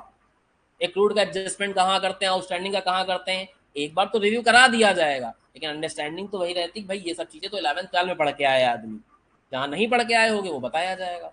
इसलिए पूछ लिया आज कि भैया कोई ऐसा तो नहीं कि नॉन कॉमर्स बैकग्राउंड का हो तो एकदम कहानी लगा दे मेरी। ठीक है, चलो इसका सम कर लो बेटा, प्राइम कॉस्ट कितनी आई? 4,59,200। अब आगे प्रॉब्लम है, हमको लिखने फैक्ट्री ओवरहेड, और फैक्ट्री ओवरहेड अलग से लिखे नहीं है। फैक्ट्री ओवरहेड में बहुत सारे आइटम है। एक नोट और लिखो छोटा सा, जहां नोट लिख रहे थे आप, indirect material and indirect labour are part of factory overhead. जो इनडायरेक्ट मटेरियल और इनडायरेक्ट लेबर होता है वो फैक्ट्री ओवरहेड का पार्ट होता है।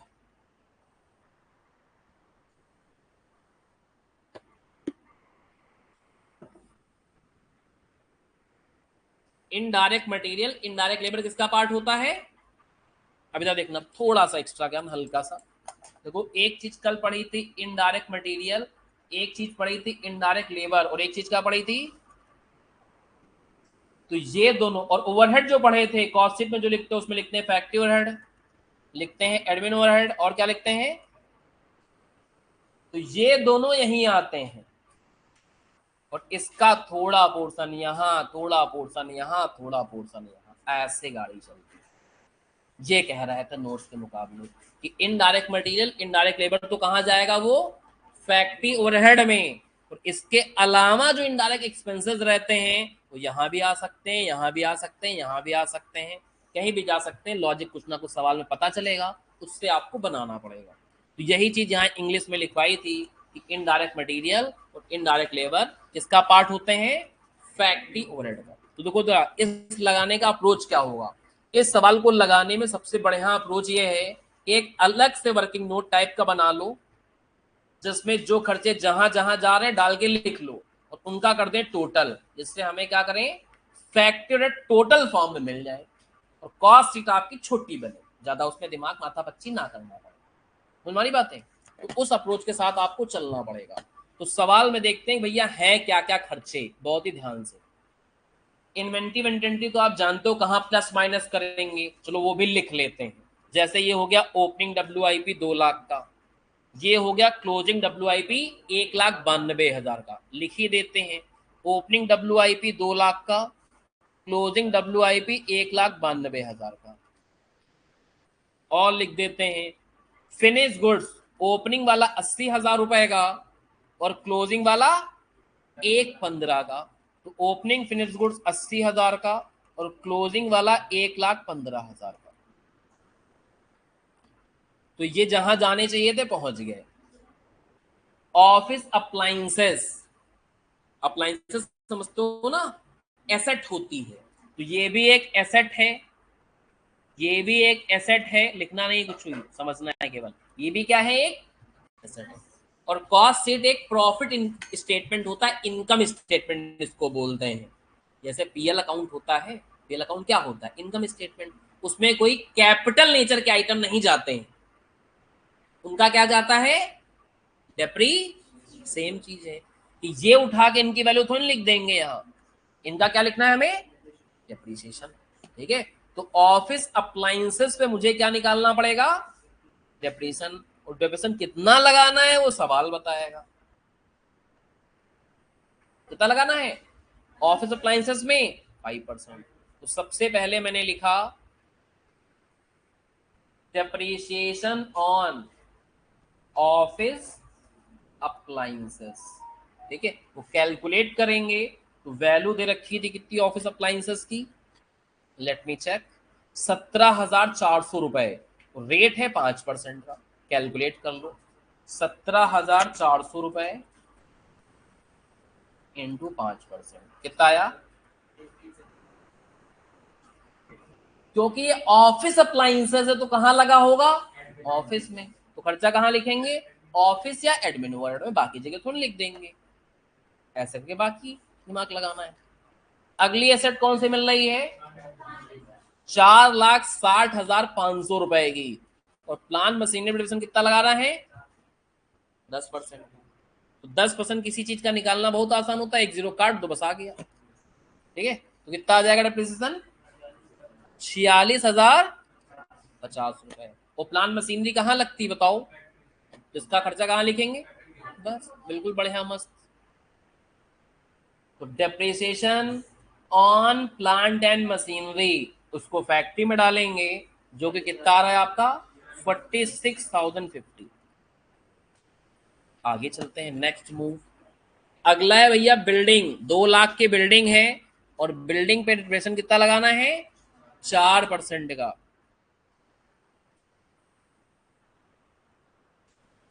डेप्रिसिएशन ऑन बिल्डिंग 2 लाख का, अगर हम 4% निकालते तो कितना आ रहा है टोटल अमाउंट, 8,000 रुपए। ठीक है, तो इसका अमाउंट जो आ रहा है वो 8,000 का आ रहा है। लेकिन अब बिल्डिंग, बिल्डिंग के अंदर ही फैक्ट्री भी बनी होगी, बिल्डिंग के अंदर ही, बिल्डिंग क्या होता है, पूरा प्राइमिसेस को बिल्डिंग बोलते हैं, तो उसी के अंदर तो फैक्ट्री भी सेटअप होगी, उसी के अंदर ऑफिस भी सेटअप होगा, उसी के अंदर सेल डिपो भी सेटअप होगा, समझ लो। तो बिल्डिंग का डिविजन वैसे तीनों में जाता है, कैसे जाएगा वो सवाल बताएगा, तो सवाल बता रहा है, चिंता की कोई बात नहीं। कह रहा भैया जो बिल्डिंग का डिप्रीसिएशन है, ठीक है, बिल्डिंग का क्या है, डेप्रीसिएशन, इसको 8:1 के रेशियो में बांटना, तो पता चलेगा कितना फैक्ट्री में ढूंसना है, कितना ऑफिस में, और कितना सेलिंग एंड डिस्ट्रीब्यूशन में। तो भैया 8,000 को 8:8, 8:1 के रेशियो में तोड़ दो।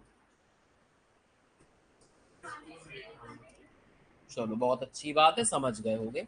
आगे चलते हैं। इसके बाद सेल वगैरह तो ऊपर चली जाती है, सेल तो भैया सबसे लास्ट में लिखी जाती है, जब कॉस्ट शीट बन जाएगी तो वहां लिखेंगे, लिख देंगे, चिंता की कोई बात नहीं, बाद में देखेंगे। खर्चे देख लेते हैं। अभी बात तुम बताया था कि इनडायरेक्ट लेबर और इनडायरेक्ट मटेरियल किसका पार्ट होता है, तो लिखो भैया इनडायरेक्ट लेबर 18,000,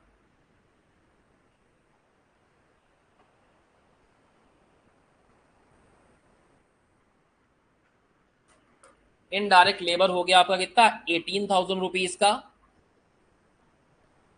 इसमें भी आउटस्टैंडिंग है, ओहो, इसमें भी आउटस्टैंडिंग है कितने का, 1,200 रुपए का, तो उसको भी एडजस्ट करके लिखना पड़ेगा। 18,000 तो ये है, और प्लस 1,200 रुपए आउटस्टैंडिंग है, तो ये हो जाएगा आपका 19,200। इनडायरेक्ट लेबर के बाद और भी चीजें हैं। फैक्ट्री सुपरविजन, नाम है खुद ही लिखा फैक्ट्री वाला है, तो कहाँ लिखी हो फैक्ट्री में, तो फैक्ट्री सुपरविजन हो जाएगा 10,000 रुपया।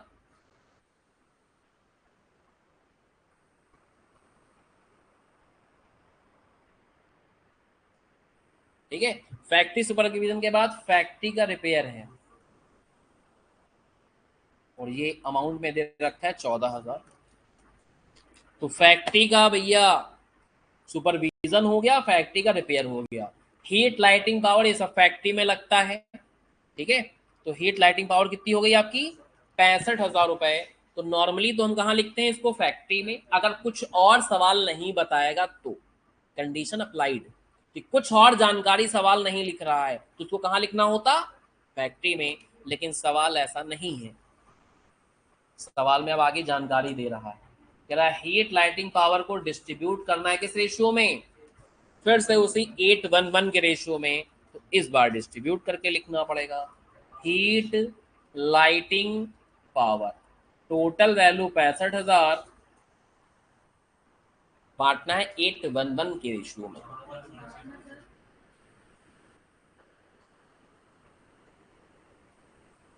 ठीक है बेटा, आगे चले हम लोग, चलो आगे चलते हैं, आगे मूव करते हैं। इसके बाद रेंट एंड टैक्सेस। तो रेंट ऑफिस का भी होता है, रेंट फैक्ट्री का भी होगा। अच्छा, रेट एंड टैक्सेस है, तो रेट एंड टैक्सेस है, और इसको कैसे लेके जाना है वो भी सवाल बता रहा है। 2/3 फैक्ट्री में डालो और 1/3 इसमें डालो। तो RNT, rate and taxes, total खर्चा है 6300 रुपए, यानी 6300। 2/3 1/3 मतलब रेशियो 2:1 का बन रहा है, तो 4200। जैसा सवाल कह रहा है वैसा वैसा तुम बांट रहे हो। आगे चलते हैं। इसके बाद मिसलेनियस फैक्ट्री के खर्चे 18,700, तो फैक्ट्री वाले में लिखना है। मिसलेनियस फैक्ट्री एक्सपेंसेस 18,700 रुपए, ठीक है।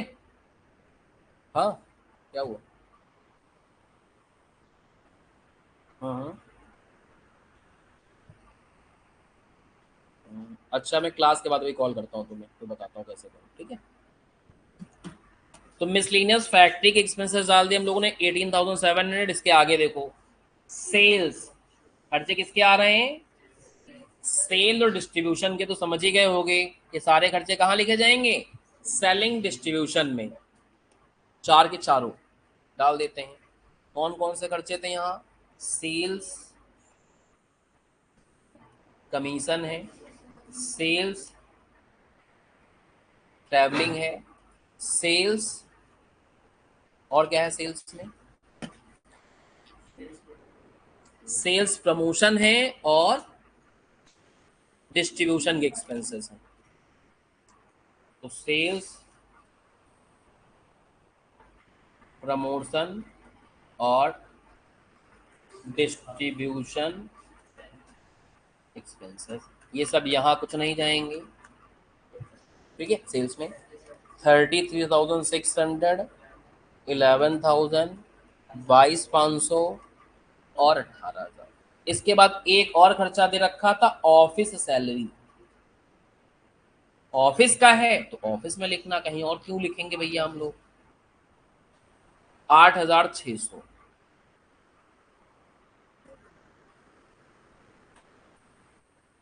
अब तुम लोग कहोगे सर इंटरेस्ट भी तो दे रखा है, और बिल्कुल दे रखा है, कोई गलत बात थोड़ी ना है। तो कुछ ऐसे खर्चे होते हैं जो कॉस्ट शीट में नहीं आते, ठीक है।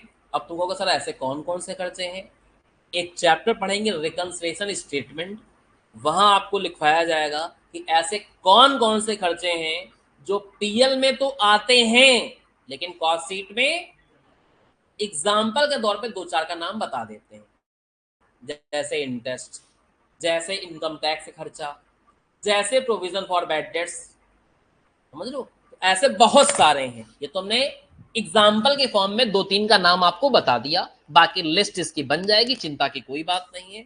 अभी आप एक आइटम याद कर लो कि इंटरेस्ट का खर्चा कॉस्ट शीट में नहीं आता, इसको बोलते हैं प्योरली फाइनेंशियल एक्सपेंडिचर।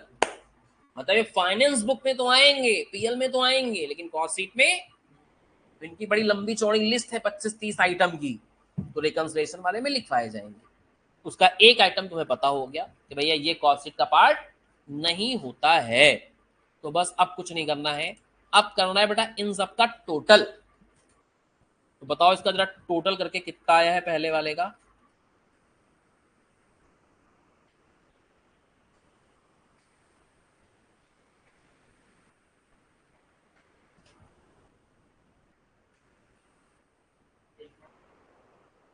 एक लाख, चलो ठीक है, बहुत अच्छी बात है। 1,70,550, 18,870 रुपए और 92,400 ये कर लिया। अब सवाल में कोई दर्द नहीं, फैक्टर निकाल चुके हैं वर्किंग नोट बना के, ये निकाल चुके हैं वर्किंग नोट बना के, ये निकाल चुके हैं वर्किंग नोट बना के। इसकी वैल्यू आई है 1,70,550, इसकी वैल्यू आई है 18,870 और इसकी वैल्यू आई है 92,400। जैसे ये लिख दोगे सवाल का एक पार्ट कंप्लीट हो जाएगा। तो जो कलाकारी इसमें थी वो खर्चों को ओवरहेड में बांटने की थी। बाकी सवाल बहुत ही आसान है, एकदम बच्चों वाला सवाल। चलिए इनको प्लस माइनस करके वैल्यू बताइए, वर्क कॉस्ट कितनी निकल के आई। 6,07,50, 18,870 और जोड़ दो इसमें से 6,00,000, हाँ 620। ये कहीं ना कहीं गलत आ रहा है, एक बार चेक कर लो। सही इतना, ये गलत है क्या, एक बार चेक कर लो सारा, यहां से लेके यहां तक चेक कर लो, ये 6,37,750 आ रहा है कि नहीं आ रहा। 4,59,200 प्लस 1,70,550 प्लस 2,00,000 माइनस 1,92,000, ठीक है, प्लस 18,770, 6,56,000 इतना इतना, प्लस 80,000 माइनस 1,15,000, 6,21,620। एकदम सही चल रहा, कोई दिक्कत की बात नहीं है। और इसमें 92,400 और जोड़ देंगे तो 7,14,020 आ जाएगा। ठीक है, कोई समस्या बेटा यहां तक। अब इधर देखो, पहले तो मुझे कॉस्ट शीट बनानी थी। अगर ये पीएल अकाउंट ना बनाना होता तो कॉस्ट शीट यहां खत्म ना होती, प्रॉफिट जोड़ते सेल निकल के आती।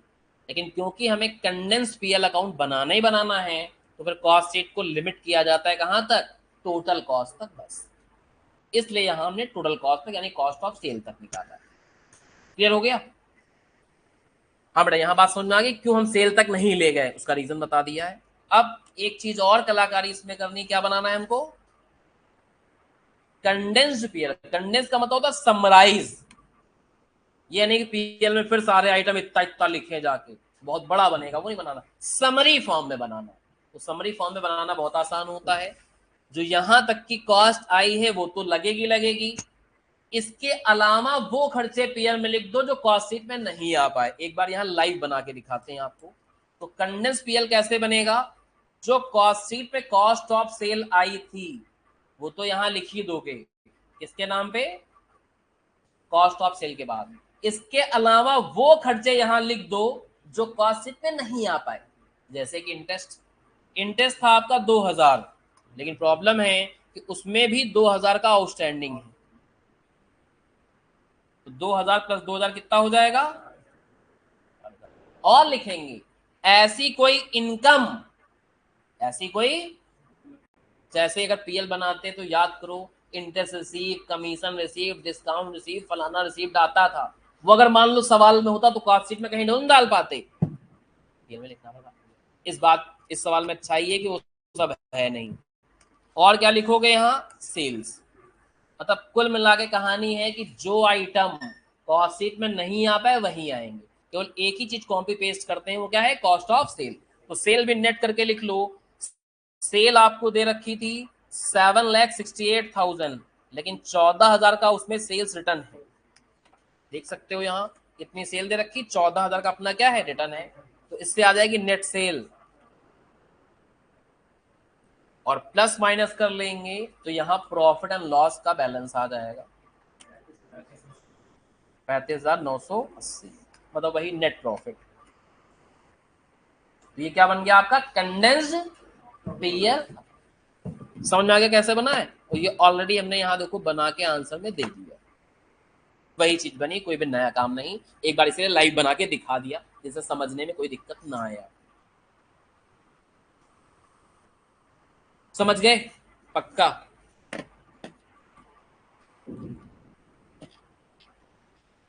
तो इस टाइप के सवाल यहाँ पे दे रखे हैं जो आपको कराए गए, ठीक है। अब इधर देखना, जितने भी सवाल कराए गए हैं, देखो देखो, एक दो बच्चे हर बार सी अटेम्प्ट वाले आ जाते हैं,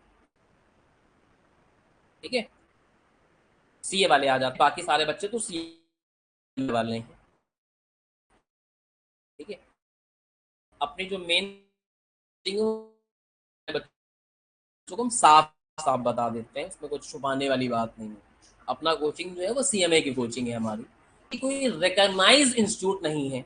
अच्छा, जैसे हमारा सीएमए का है, उस लेवल का कोई सीएमए क्लासेस है नहीं लखनऊ के अंदर, तो हम इन्हीं बैचेस में उनको पढ़ाते हैं और वही चीज पढ़ा पाते हैं जो हमारे कोर्स से मैच खाती है, जैसे कि कॉस्टिंग है, एफएम है, टैक्सेशन है ना। तो ये सब एकदम सेम टू सेम है भाई। टैक्स तो वही रहेगा ना, टैक्स तो फाइनेंस एक्ट वाले लिखते हैं, वो तो नहीं होता सीए के लिए अलग टैक्स लिखें, सीएमए के लिए अलग टैक्स लिखें, समझ रहे हो? टैक्स तो वही रहेगा, कोई लॉयर भी होगा वही टैक्स पड़ेगा, आप भी वही टैक्स पढ़े, हम भी वही टैक्स पढ़ेंगे, सब वही टैक्स पढ़ेंगे। तो ये रहती सिमिलरिटीज। तो अभी जितने भी सवाल कराए गए हैं वो सारे सीएमए वाली बुक के कराए गए, ठीक है। अब सीए वाली बुक के अंदर कौन कौन से सवाल दे रखे हैं एक बार आपको दिखा देते हैं। सिर्फ 5-6 सवाल लिखे हैं और बहुत आसान है। दो तीन बातें एक्स्ट्रा जाननी पड़ेंगी क्योंकि सीएमए वालों को भी वो सवाल करने पड़ेंगे। बता देते हैं, रीजन बस खुल जाए मेरी फाइल, बता देते हैं। पेपर वाले कॉपी पेस्ट कर लेते हैं, समझ लो। तो सीएमए वालों ये मत सोचे कि 3-4 सवाल हम एक्स्ट्रा करा रहे हैं तो वो ना पढ़े, वो ना लगाएं, वो भी करने पड़ेंगे। सीए वाले मॉड्यूल के अंदर सिर्फ 4-5 सवाल दे रखे हैं टोटल, ठीक है। कुछ 5 सवाल, एक ये सवाल है, एक ये सवाल है, एक ये सवाल है, एक ये सवाल है, और एक सवाल ये है, और एक सवाल जो और कराया था वो भी था लेकिन हमने यहाँ छापा नहीं, वो तो करा ही दिया है ना। तो केवल 5 सवाल और एक्स्ट्रा कराने हैं इसमें, तो हर वैरायटी का सवाल सीख पाओगे। इसमें देखना, तुमने जिस लेवल के सवाल लगाए हैं उसका 50% लेवल के सवाल हैं यहाँ पे, समझ रहे हो? उससे बहुत आसान सवाल है। बस कभी कभी सवाल कॉपी पेस्ट होके आ जाएगा तो किसी के सामने पहली बार आया है तो लगा नहीं पाता है, बहुत ही आसान होता है। देखो जब रॉ मटेरियल आपको दे रखा है 180, ना कोई परचेज दिया, ना कोई सेल दिया, ना ओपनिंग है ना क्लोजिंग, तो इसका मतलब ये रॉ मटेरियल क्या हो गया? कंज्यूम वाला हो गया। तो रॉ मटेरियल कंज्यूम कितना हो जाएगा? 1,80,000 करके दिखा देते हैं आपको।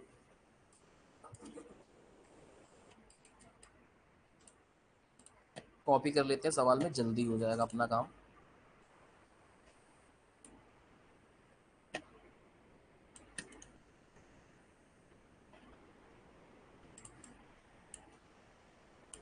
ये सवाल है, इस सवाल को अगर मैं कॉस्ट शीट बना के लगाता, सबसे पहले आप लिखते हैं रॉ मटेरियल कंज्यूम, जिसको आप बोलते हो डायरेक्ट मटेरियल। इसके बाद लिखते हैं आप डायरेक्ट वेजेस, डायरेक्ट एक्सपेंसेस है नहीं, सम करते क्या आ जाता है आपका पीसी यानी कि प्राइम कॉस्ट, सम करके बताओ कितना हुआ? 2,70,000। इसके बाद आप क्या जोड़ते हो? कभी कभी फैक्ट्री ओवरहेड आपको इस फॉर्म में देगा, कहेगा फैक्ट्री में कितने घंटे काम होता है, मशीन कितने घंटे चलती है, और 1 घंटे मशीन चलने की क्या कॉस्ट आती है। तो आप इन दोनों को मल्टीप्लाई कर लोगे तो आ जाएगा फैक्ट्री ओवरहेड। किसी भी सवाल में डाल सकता है, जो अभी आप 8-9 सवाल लगाओ किसी सवाल में वो कर देता। फैक्ट्री डायरेक्ट नहीं लिखा 20,000, वहां लिख देगा 10,000 घंटे काम हुआ और 2 रुपए घंटा। अब जो इस बात को समझ पाएगा वो सवाल लगा पाएगा, फंसा देगा कहीं पे भी। हर चीज की जानकारी जरूरी है। तो ऐसे कैसे लिखेंगे? कितने मशीन आवर्स काम हुआ है, कितना हो गया यहाँ? 80,000 रुपए। WIP कोई दिख नहीं रही है तो यही क्या आ जाएगा हमारा? फैक्ट्री कॉस्ट या फिर वर्क कॉस्ट। सम कर दो कितना हुआ? इसके बाद जोड़ते हो भैया ऑफिस या एडमिन ओवरहेड। क्या ऐड करते हैं? ऑफिस या फिर एडमिन ओवरहेड। अब एक चीज ध्यान रखनी है, कल हमने टेलीग्राम में एक नोट आप लोग को भेजा था, दोनों टेलीग्राम में ऐड होंगे। जो लोग नहीं ऐड है ऐड कर दिया जाएगा, चिंता की कोई बात नहीं। इसी सवाल के लिए भेजा था, ठीक है। जब भी देखो खाली एडमिन ओवरहेड देगा तो आप कहां लिखोगे? कॉस्ट ऑफ प्रोडक्शन से पहले, मतलब ऑफिस ओवरहेड का पार्ट बनेगा। लेकिन जब ये लिख के दे देगा तो ये बन जाते हैं सेलिंग डिस्ट्रीब्यूशन का पार्ट। यही नोट कल भेजा था, कॉपी में लिख लेना, ठीक है। जो लोग टेलीग्राम पे ऐड नहीं है हमें बताएंगे, ऐड कर देंगे, वो उसमें दिख जाएगा आपको, कोई दिक्कत की बात नहीं है। एक बार दिखा देते हैं आपको जो भेजा था, ना कहोगे सर दिखा नहीं है हमको। तो कल ये देखो नोट लिख के भेजा था और बच्चों से कहा था कॉपी में लिख लेना। क्या नोट है यहाँ पढ़ सकते हो। If administrative expenses are related to production then it will be part of office overhead.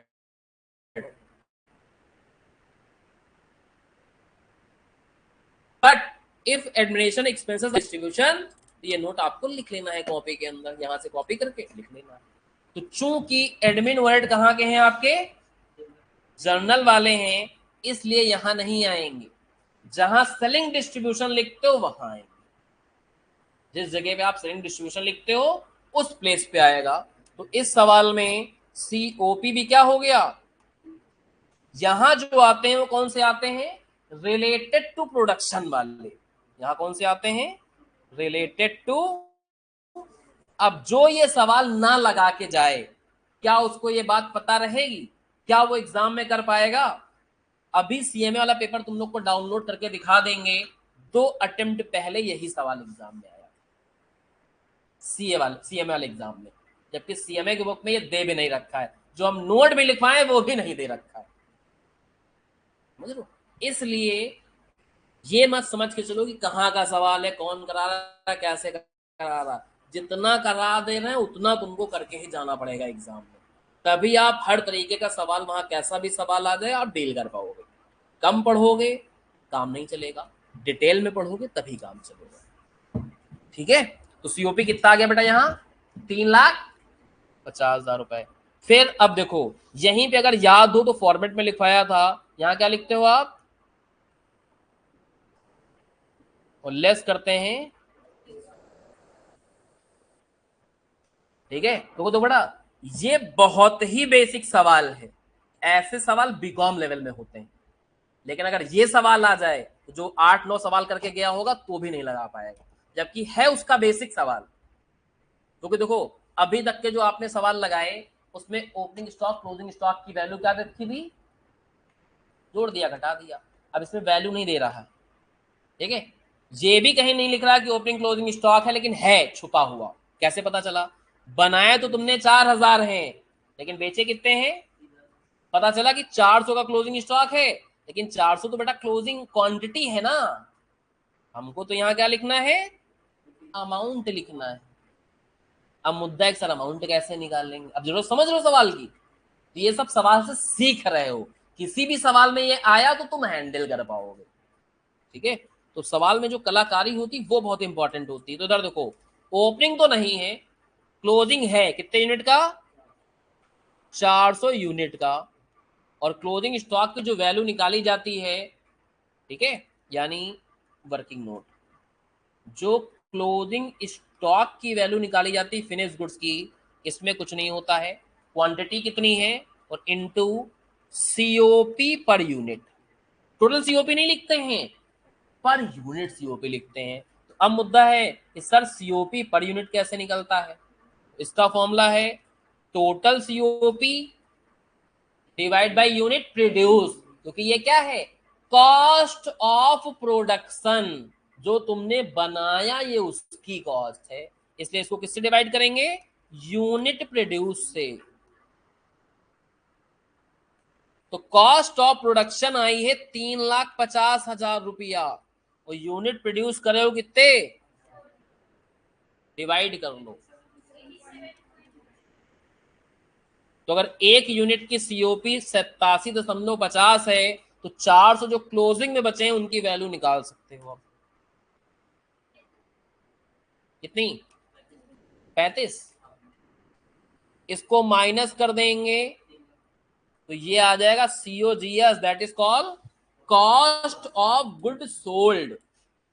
इसके बाद यहां एडमिन ओवरहेड ऐड करेंगे जनरल वाले, और यहीं पे ऐड करोगे सेलिंग एंड डिस्ट्रीब्यूशन ओवरहेड। तो जनरल वाले जो हैं वो है 35,000 रुपए की, और सेलिंग ओवरहेड है 5 रुपए पर। तो कितने लिखे यहां, 4,000 इंटू 5 या 3,600 इंटू 5। कंफ्यूजन पैदा हुआ।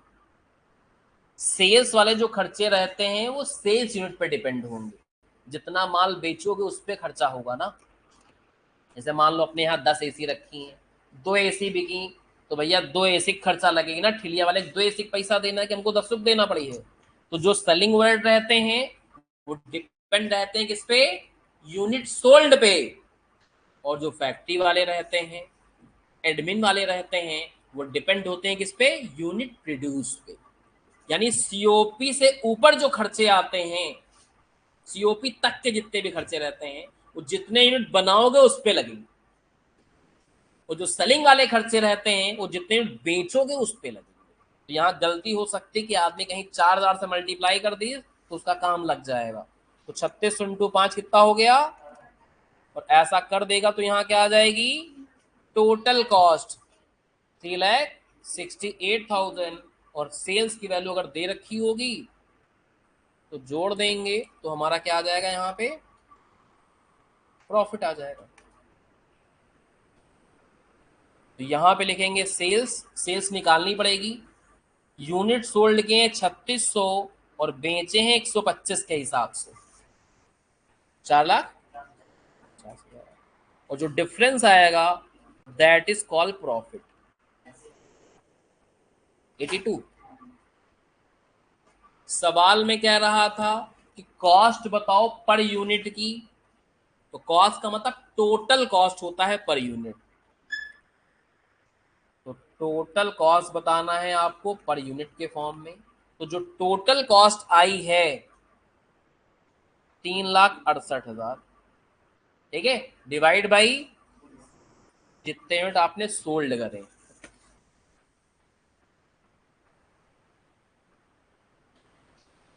तीन लाख 68,000 डिवाइड बाई 3,600, 102 रुपए। और प्रॉफिट बताना था, प्रॉफिट तो निकल चुका है 82,000 रुपए, सवाल कंप्लीट हो गया। ठीक है, क्वेश्चन क्या हो गया यहाँ पे, समझ में आ रहे हैं। ये सवाल देखो तो उन सवालों से बहुत बेसिक सवाल है। ऐसे सवाल मतलब सीएमए फाउंडेशन में है ये सब सवाल, तुम समझ लो। क्योंकि कॉस्टिंग जो है वो सीए में तो चालू नहीं हुई फाउंडेशन से, सीएमए के अंदर फाउंडेशन से कॉस्टिंग चालू हो गई है, उसमें एक ही चैप्टर है यही वाला। तो ये सब सवाल उसमें भी दे रखे हैं, समझ लो। लेकिन अगर मान लो ये करके ना गया हो बच्चा, तो जो फाउंडेशन में नहीं पढ़ रखे से या बीकॉम में ऐसे सवाल नहीं लगा रखे से, लगा नहीं पाएगा, गलत करके चला आएगा। ठीक है, तो पढ़ना आपको सब कुछ पड़ेगा। जितनी वैरायटी के सवाल होंगे सब वैरायटी के सवाल कराए जाएंगे, जिससे नया कोई सवाल आपके सामने आ ही ना पाए एग्जाम में। हर वैरायटी का सवाल तुमने लगा लिया। और ये मत समझो कि तुम्हारे कोर्स में बहुत वैरायटी है। तो बच्चे सोचते हैं सीए सीएमए इन सब कोर्स में बहुत वैरायटी है। वैरायटी होती है साइंस साइड वालों में तगड़ी। जैसे खाली अगर मैथ की बात करें, एसएससी सीजीएल जो छोटे छोटे एग्जाम होते हैं ना गवर्नमेंट वाले, अगर मतलब एसएससी के बेसिक एग्जाम की बात करें तो मैथ में जो सवाल बनेंगे वो बनेंगे 6,000 टाइप के सवाल। 100-200 बात ही नहीं है, 6,000 टाइप के सवाल बनते हैं एसएससी करिकुलम में। जिसको एसएससी के एग्जाम निकालना होता है वो 6,000 टाइप के मैथ में सवाल करके जाता है। तब भी कोई भी सवाल उसको नया नहीं दिखाई पड़ेगा एग्जाम में। सब सवाल लगेंगे कि लगे लगाए हैं, लगाइन क्या हुआ है। और जो 6,000 ना लगा के जा पाए, खत्म, उसकी कहानी खत्म। असली कंपटीशन उन्हीं में है जो 6,000 लगा के पहुंचे। बाकी सब तो फेल होके वापस आएंगे। सेम यहाँ है कि मान लो कॉस्ट शीट में अगर 2 सवाल लगा पहुंच गए उछल के एग्जाम देने, नहीं हो पाएगा बेटा। जब 20-25 सवाल, हर वैरायटी के 2-2 सवाल, एक एक सवाल लगा लिए होंगे, तब आप थोड़ा कॉन्फिडेंट महसूस करोगे। और लगाना ही इंपॉर्टेंट नहीं है, 15-20 जितने वैरायटी के सवाल हैं सब लगाओ और 4 से बाद उसकी प्रैक्टिस करो। जैसे ये सवाल है, अभी हम आपको दें, आप लगा दोगे। इसके जैसा 10 सवाल अभी दे दे, अभी लगा दोगे आप, क्योंकि आपने अभी अभी सीखा है, आपके दिमाग में सेट है भी बातें। लेकिन यही सवाल, सेम टू सेम सवाल, वैल्यू भी ना चेंज करें, यही सवाल आज से 1 हफ्ते बाद जितने लोग क्लास में बैठे हो इन्हीं को देंगे और आधे लोग गलत कर देंगे।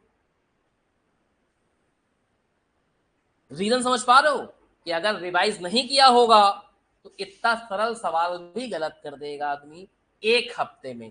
एग्जाम तो 6 महीने बाद। तो 6 महीने की चीजों को दिमाग में स्टोर करना पड़ेगा। एक दिन की पढ़ाई हो, आदमी याद कर ले, चलो इतना ही पढ़ना था, सुबह से लेकर शाम तक जुटे पड़े इसी में। तो खाली भी पहला चैप्टर शुरू हुआ है, कॉस का शुरू हुआ है, अभी तो सब्जेक्ट और है, डीटी पढ़ना है, आईडीटी पढ़ना है, लॉ पढ़ना है, फलाना पढ़ना है, धमाका पढ़ना। जो बोध ग्रुप देगा उसके और सब्जेक्ट हैं। तो कंटेंट धीमे धीमे बढ़ता रहेगा। आपका पहले दिन इसलिए समझा देते हैं कि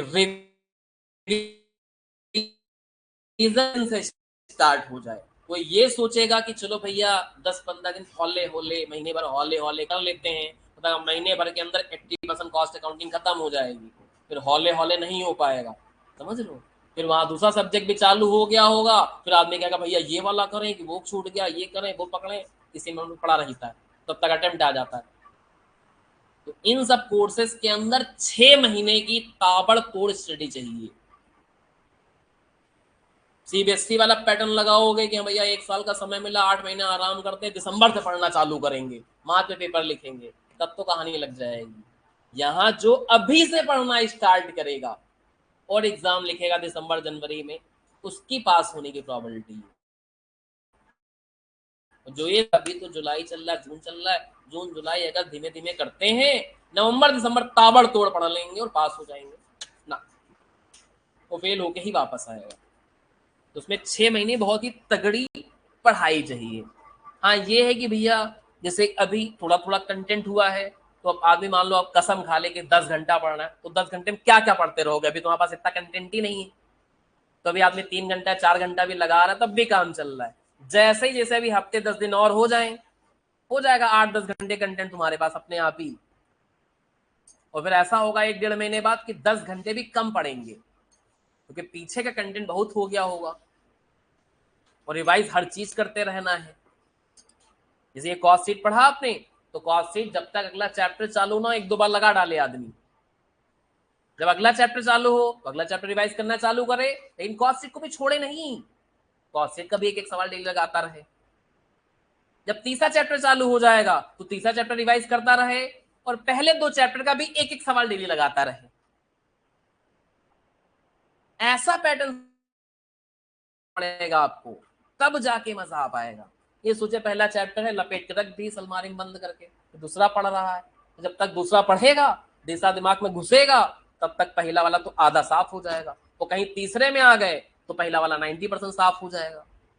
ज्यादातर बच्चों के, कुछ एक्सेप्शनल बच्चे होते हैं उनकी बात अलग होती, वो कहो 10 चैप्टर पढ़ लें, तब वो कहो पहला चैप्टर ना भूलें। लेकिन ऐसे बच्चे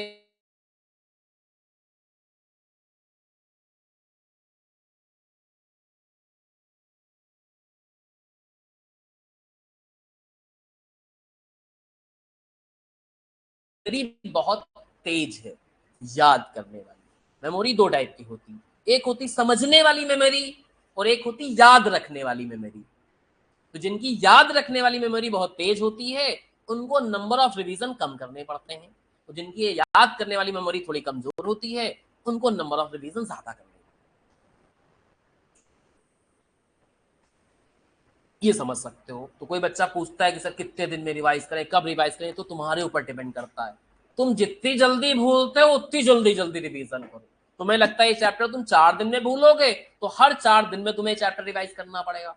तुम्हें लगता है ये चैप्टर तुम 15 दिन में भूलोगे, तो हर 15 दिन में चैप्टर रिवाइज करना पड़ेगा।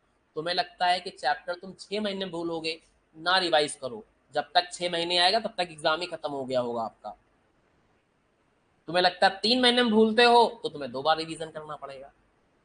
तो रिवीजन, नंबर ऑफ रिवीजन किसको, जो ज्यादा भुलक्कड़ है, जो पढ़ने में बहुत कमजोर है, उसको उतने ज्यादा बार और करना पड़ेगा।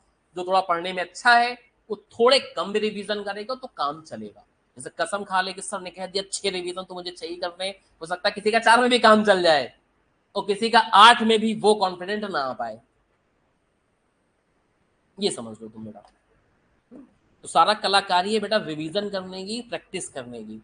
करा तो हम सब कुछ देंगे, सारी चीजें हो जाएंगी, सब मस्त मस्त सा हो जाएगा, कोई भी दिक्कत नहीं आएगी समझने में। जैसे बहुत सारे ऑनलाइन बच्चे भी पढ़ते हैं, एक बच्ची हमारी है जो गुजरात से पढ़ती है, अहमदाबाद से, कि सर यहाँ भी हमने पढ़ा है लेकिन वो मजा नहीं आ पा रहा जो कल की क्लास में आ गया था हमें। तो जितना डिटेल में हम सारी चीजें कराते हैं, कोई भी इतनी डिटेल में तुम्हें कराएगा ही नहीं कराएगा। उसका पर्पज रहता है कि जो सामने आया वो बता दो। हमारा पर्पज रहता है कि अगर जो चीज हम पढ़ा रहे हैं, कॉस्ट शीट पढ़ा रहे हैं, तो समझदार बच्चा है, कॉस्ट शीट पढ़ ले तो उसका कॉस्ट शीट का 10 में से 9 सवाल तो आराम से लग ही जाए। किसी एक आध सवाल में कुछ अगड़म बगड़म दे दी तो ना कर पाया तो अलग बात है, वरना 90% तो चीजें हो ही जाए उसकी। 100% इसलिए नहीं कहते हैं कि भैया कुछ भी चेंज करके डाल सकता है। एक भी चीज रह गई या हल्का सा मिस हो गया या तुम्हें उस समय याद नहीं आ रहा है तो गड़बड़ तो कर ही दोगे। जैसे कल बताया था कई चीजों के दूसरे नाम है।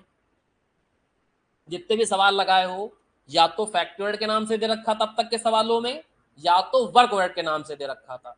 तब अगर अगला सवाल आ जाए वहां दे दे मैन्युफैक्चरिंग ओवरहेड और तुम्हें याद ही नहीं आ रहा कि उसे कहते हैं, वो फंसे पड़े रहो, तो उसमें हम क्या कर सकते हैं। हम तो बता दिए ना तुम्हें, तुम्हें याद नहीं तो उसमें हमारी क्या गलती। तुम्हें याद नहीं कि डायरेक्ट एक्सपेंसेस को चार्जेबल एक्सपेंसेस भी कहते हैं, तुम नहीं लिख के आ पाए, वहां गलत कर दियो, तो हम क्या कर सकते हैं। तुम्हें ये याद नहीं जो आज बताया कि indirect material, indirect labour factored का पार्ट होता है, तुम सेलिंग में घुसेड़ के चले आओ, तो हम क्या कर सकते हैं इसमें। तो इसलिए बताना मेरा काम है, याद रखना, रिवाइज करना ये आपका काम है। सिलेबस इतना वास्ट है कि 6 महीने में हम दोबारा आपको कोई चीज नहीं पढ़ा सकते, ये समझ लेना। कि आदमी कहे कि सर कॉस्ट शीट भूल गए, कॉस्ट शीट रिवाइज करा दीजिए, इतनी वैरायटी सवाल रिवाइज कराने बैठेंगे तो फिर उतना ही टाइम लगेगा। तो रिवीजन के लिए बस एक ही विकल्प बचता है कि हम आपको रिकॉर्डेड लेक्चर दे दें, उसको देखो, दोबारा रिवाइज करो, और समय फिर उतना ही लगेगा। तो तुम भी ऐसी पोजीशन में नहीं होते हो कि एक एक लेक्चर फिर से बैठ के घर में देखें दोबारा, इतने घंटे इन्वेस्ट करें। तो जब आप डेली बेसिस पर लगाते रहोगे तो इतने नंबर ऑफ रिवीजन की आवश्यकता नहीं आएगी, चैप्टर रिवाइज करना पड़े, सवाल लगाते जा रहे हो, प्रैक्टिस होती जा रही है। तो जितनी ज्यादा प्रैक्टिस करोगे रिवीजन उतना कम करना पड़ेगा। कुछ बच्चे होते कहते हैं फॉर्मेटिव भूल गए हैं, इसे क्या बताया जाए उनको, बताओ। उनके लिए बड़ी दिक्कतें हो जाती, बहुत परेशानी हो जाती है। चलो आगे चलते हैं और सवाल करते हैं बेटा हम लोग। देख रहे हो क्वेश्चन नंबर 2। फिर देखो अगले सवाल में क्या दी, एकदम सिंपल सवाल, इसमें कुछ भी नया नहीं है, लगाना चाहो तो आप लोग लगा सकते हो। एडमिन खर्चे कहाँ दिया है, रिलेटेड टू, तो कहाँ लिखोगे आप, कॉस्ट ऑफ प्रोडक्शन से पहले, जहाँ ऑफिस वाला लिखते थे वहां लिखो। तो नोट आपने समझ लिया है तो आप उसको हैंडल कर पाओगे, किसी भी सवाल में डाल देगा तो आप कर पाओगे, उसमें कोई दिक्कत की बात नहीं। एक ये सवाल है सीए मॉड्यूल में दे रखा है और सीएमए वाले एग्जाम में 2 बार आ चुका है ये, सेम टू सेम सवाल है। अभी स्कैनर खोल के दिखाएंगे, स्कैनर होती है पास एग्जामिनेशन पेपर, वो खोल के दिखाएंगे, सेम टू सेम सवाल मिलेगा आपको, यही वाला सवाल सीएमए एग्जाम में 2-3 बार आ चुका है। तो एक बार कर लेते हैं, स्कैनर का एक सवाल आपका हो जाएगा, ठीक है। आप लोग के देखो बेटा, जो सीएमए वाले बच्चे हैं ज्यादातर वही है, तो उसी के रिस्पेक्ट में बात करते हैं। हम लोग को अपना स्टडी मैट के सारे सवाल लगाने हैं जो इंस्टीट्यूट देता है, आईसीएमआई देता है। एक तो ये कवर करना है हर सब्जेक्ट में, जितना इंस्टीट्यूट मटेरियल दे दिया वो सारे सवाल लगाने पड़ेंगे, सब कुछ करना पड़ेगा। दूसरा, हम लोग को लगाने पड़ेंगे पीवाईक्यूज, यानी प्रीवियस ईयर एग्जामिनेशन क्वेश्चन। और तीसरा, पिछले अटेम्प्ट से एक चीज और मार्केट में आ चुकी है, क्या, वर्कबुक। तो कुछ सवाल इसमें भी दे रखे हैं, ये भी लगाने पड़ेंगे। तो सीएमए वाले का जो सोर्स है वो ये, अभी जो सवाल कराए गए वो कौन से कराए गए हैं, अभी इसके सवाल भी कराने हैं, अभी इसके सवाल भी कराने हैं, तब जाके चैप्टर फिनिश होगा। वही सीए वाले जो होते हैं उनमें स्टडी मटेरियल होता है, पास एग्जामिनेशन क्वेश्चन होता है, वर्कबुक की जगह उनके में मॉडल टेस्ट पेपर आते हैं। अपने यहाँ मॉडल टेस्ट पेपर वर्कबुक बना दिए, कहानी वही है। उनके यहाँ 8-8 10-10 मॉडल टेस्ट पेपर होते हैं, इनके यहाँ वही पेपर इकट्ठा करके वर्कबुक बना दी। जितना यहाँ वर्कबुक में है उतना उनके अलग अलग मॉडल टेस्ट पेपर में है, मतलब एडिशन उतना ही है, लमसम लमसम पढ़ना उतना ही पड़ता है, मोटा मोटा सब मिला के। तो जब इतनी चीजें हम लोग कवर करेंगे, जैसे अभी आपने चैप्टर पढ़ लिया स्टडी मैथ से, जब हम प्रीवियस एग्जामिनेशन क्वेश्चन लगाने बैठेंगे तो हो सकता है 1-2 सवाल ऐसे मिले जिस टाइप का सवाल स्टडी मैथ में आपने कर ही नहीं रखा। ये कुछ तो सिमिलर मिलेंगे, जैसा सवाल लगाया वैसा सवाल आया प्रीवियस ईयर में, लेकिन 2-4 सवाल हर चैप्टर में क्या मिलेंगे आपको, अलग। जैसे सवाल स्टडी मैथ में, वो सवाल भी हमें लगवाने पड़ेंगे जो एकदम सिमिलर है। कि मान लो स्कैनर आपने निकाला प्रीवियस ईयर में और 2018 में ऐसा सवाल आया है, तो उसको हमें कराने की आवश्यकता थोड़ी ना है, तो तुम कर सकते हो, सवाल लगवा दिया वो भी लगा सकते हो।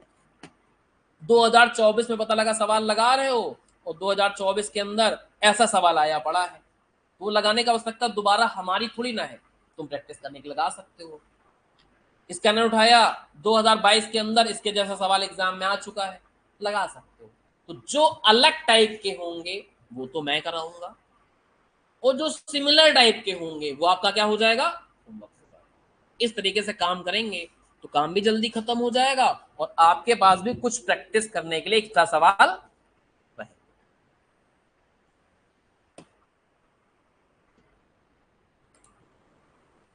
तो आओ एक सवाल ये अलग कर लेते हैं, स्कैनर का क्वेश्चन है ये, सीए मॉड्यूल में पढ़ा हुआ है और सीएमए वाले में पास एग्जामिनेशन पेपर में आया हुआ सवाल है। एक बार और सवाल करा देते हैं तो एक आइडिया लग जाए आपको।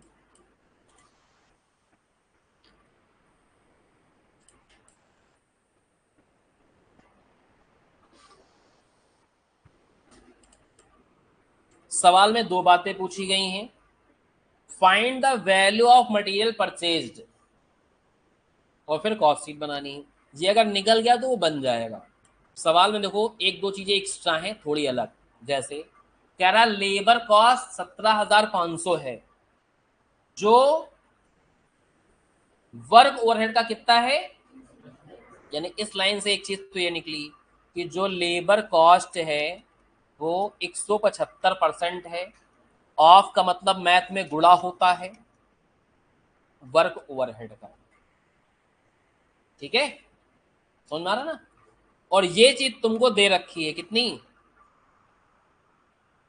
तो इससे तुम चाहो तो क्या निकाल सकते हो, बहुत बढ़िया, कितना निकल के आएगा, 17,500 डिवाइड बाई 175%, कितना, तो वर्क ओवरहेड नहीं दे रखा था लेकिन एक हिंट दे रखी थी जिससे हमारे क्या हो जाएंगे, वर्क ओवरहेड कैलकुलेट हो जाएंगे। एक और चीज समझो, ठीक है, यहां पे देखो कॉस्ट ऑफ गुड सोल्ड आपको दे रखा है और परचेज गायब कर दिया है, तो ये रिवर्स कैलकुलेशन का सवाल हो गया कि कॉस्ट ऑफ गुड सोल्ड से नीचे नीचे नीचे नीचे चलेंगे, ऐसे उल्टा। कॉस्ट शीट आपने ये बनाई थी,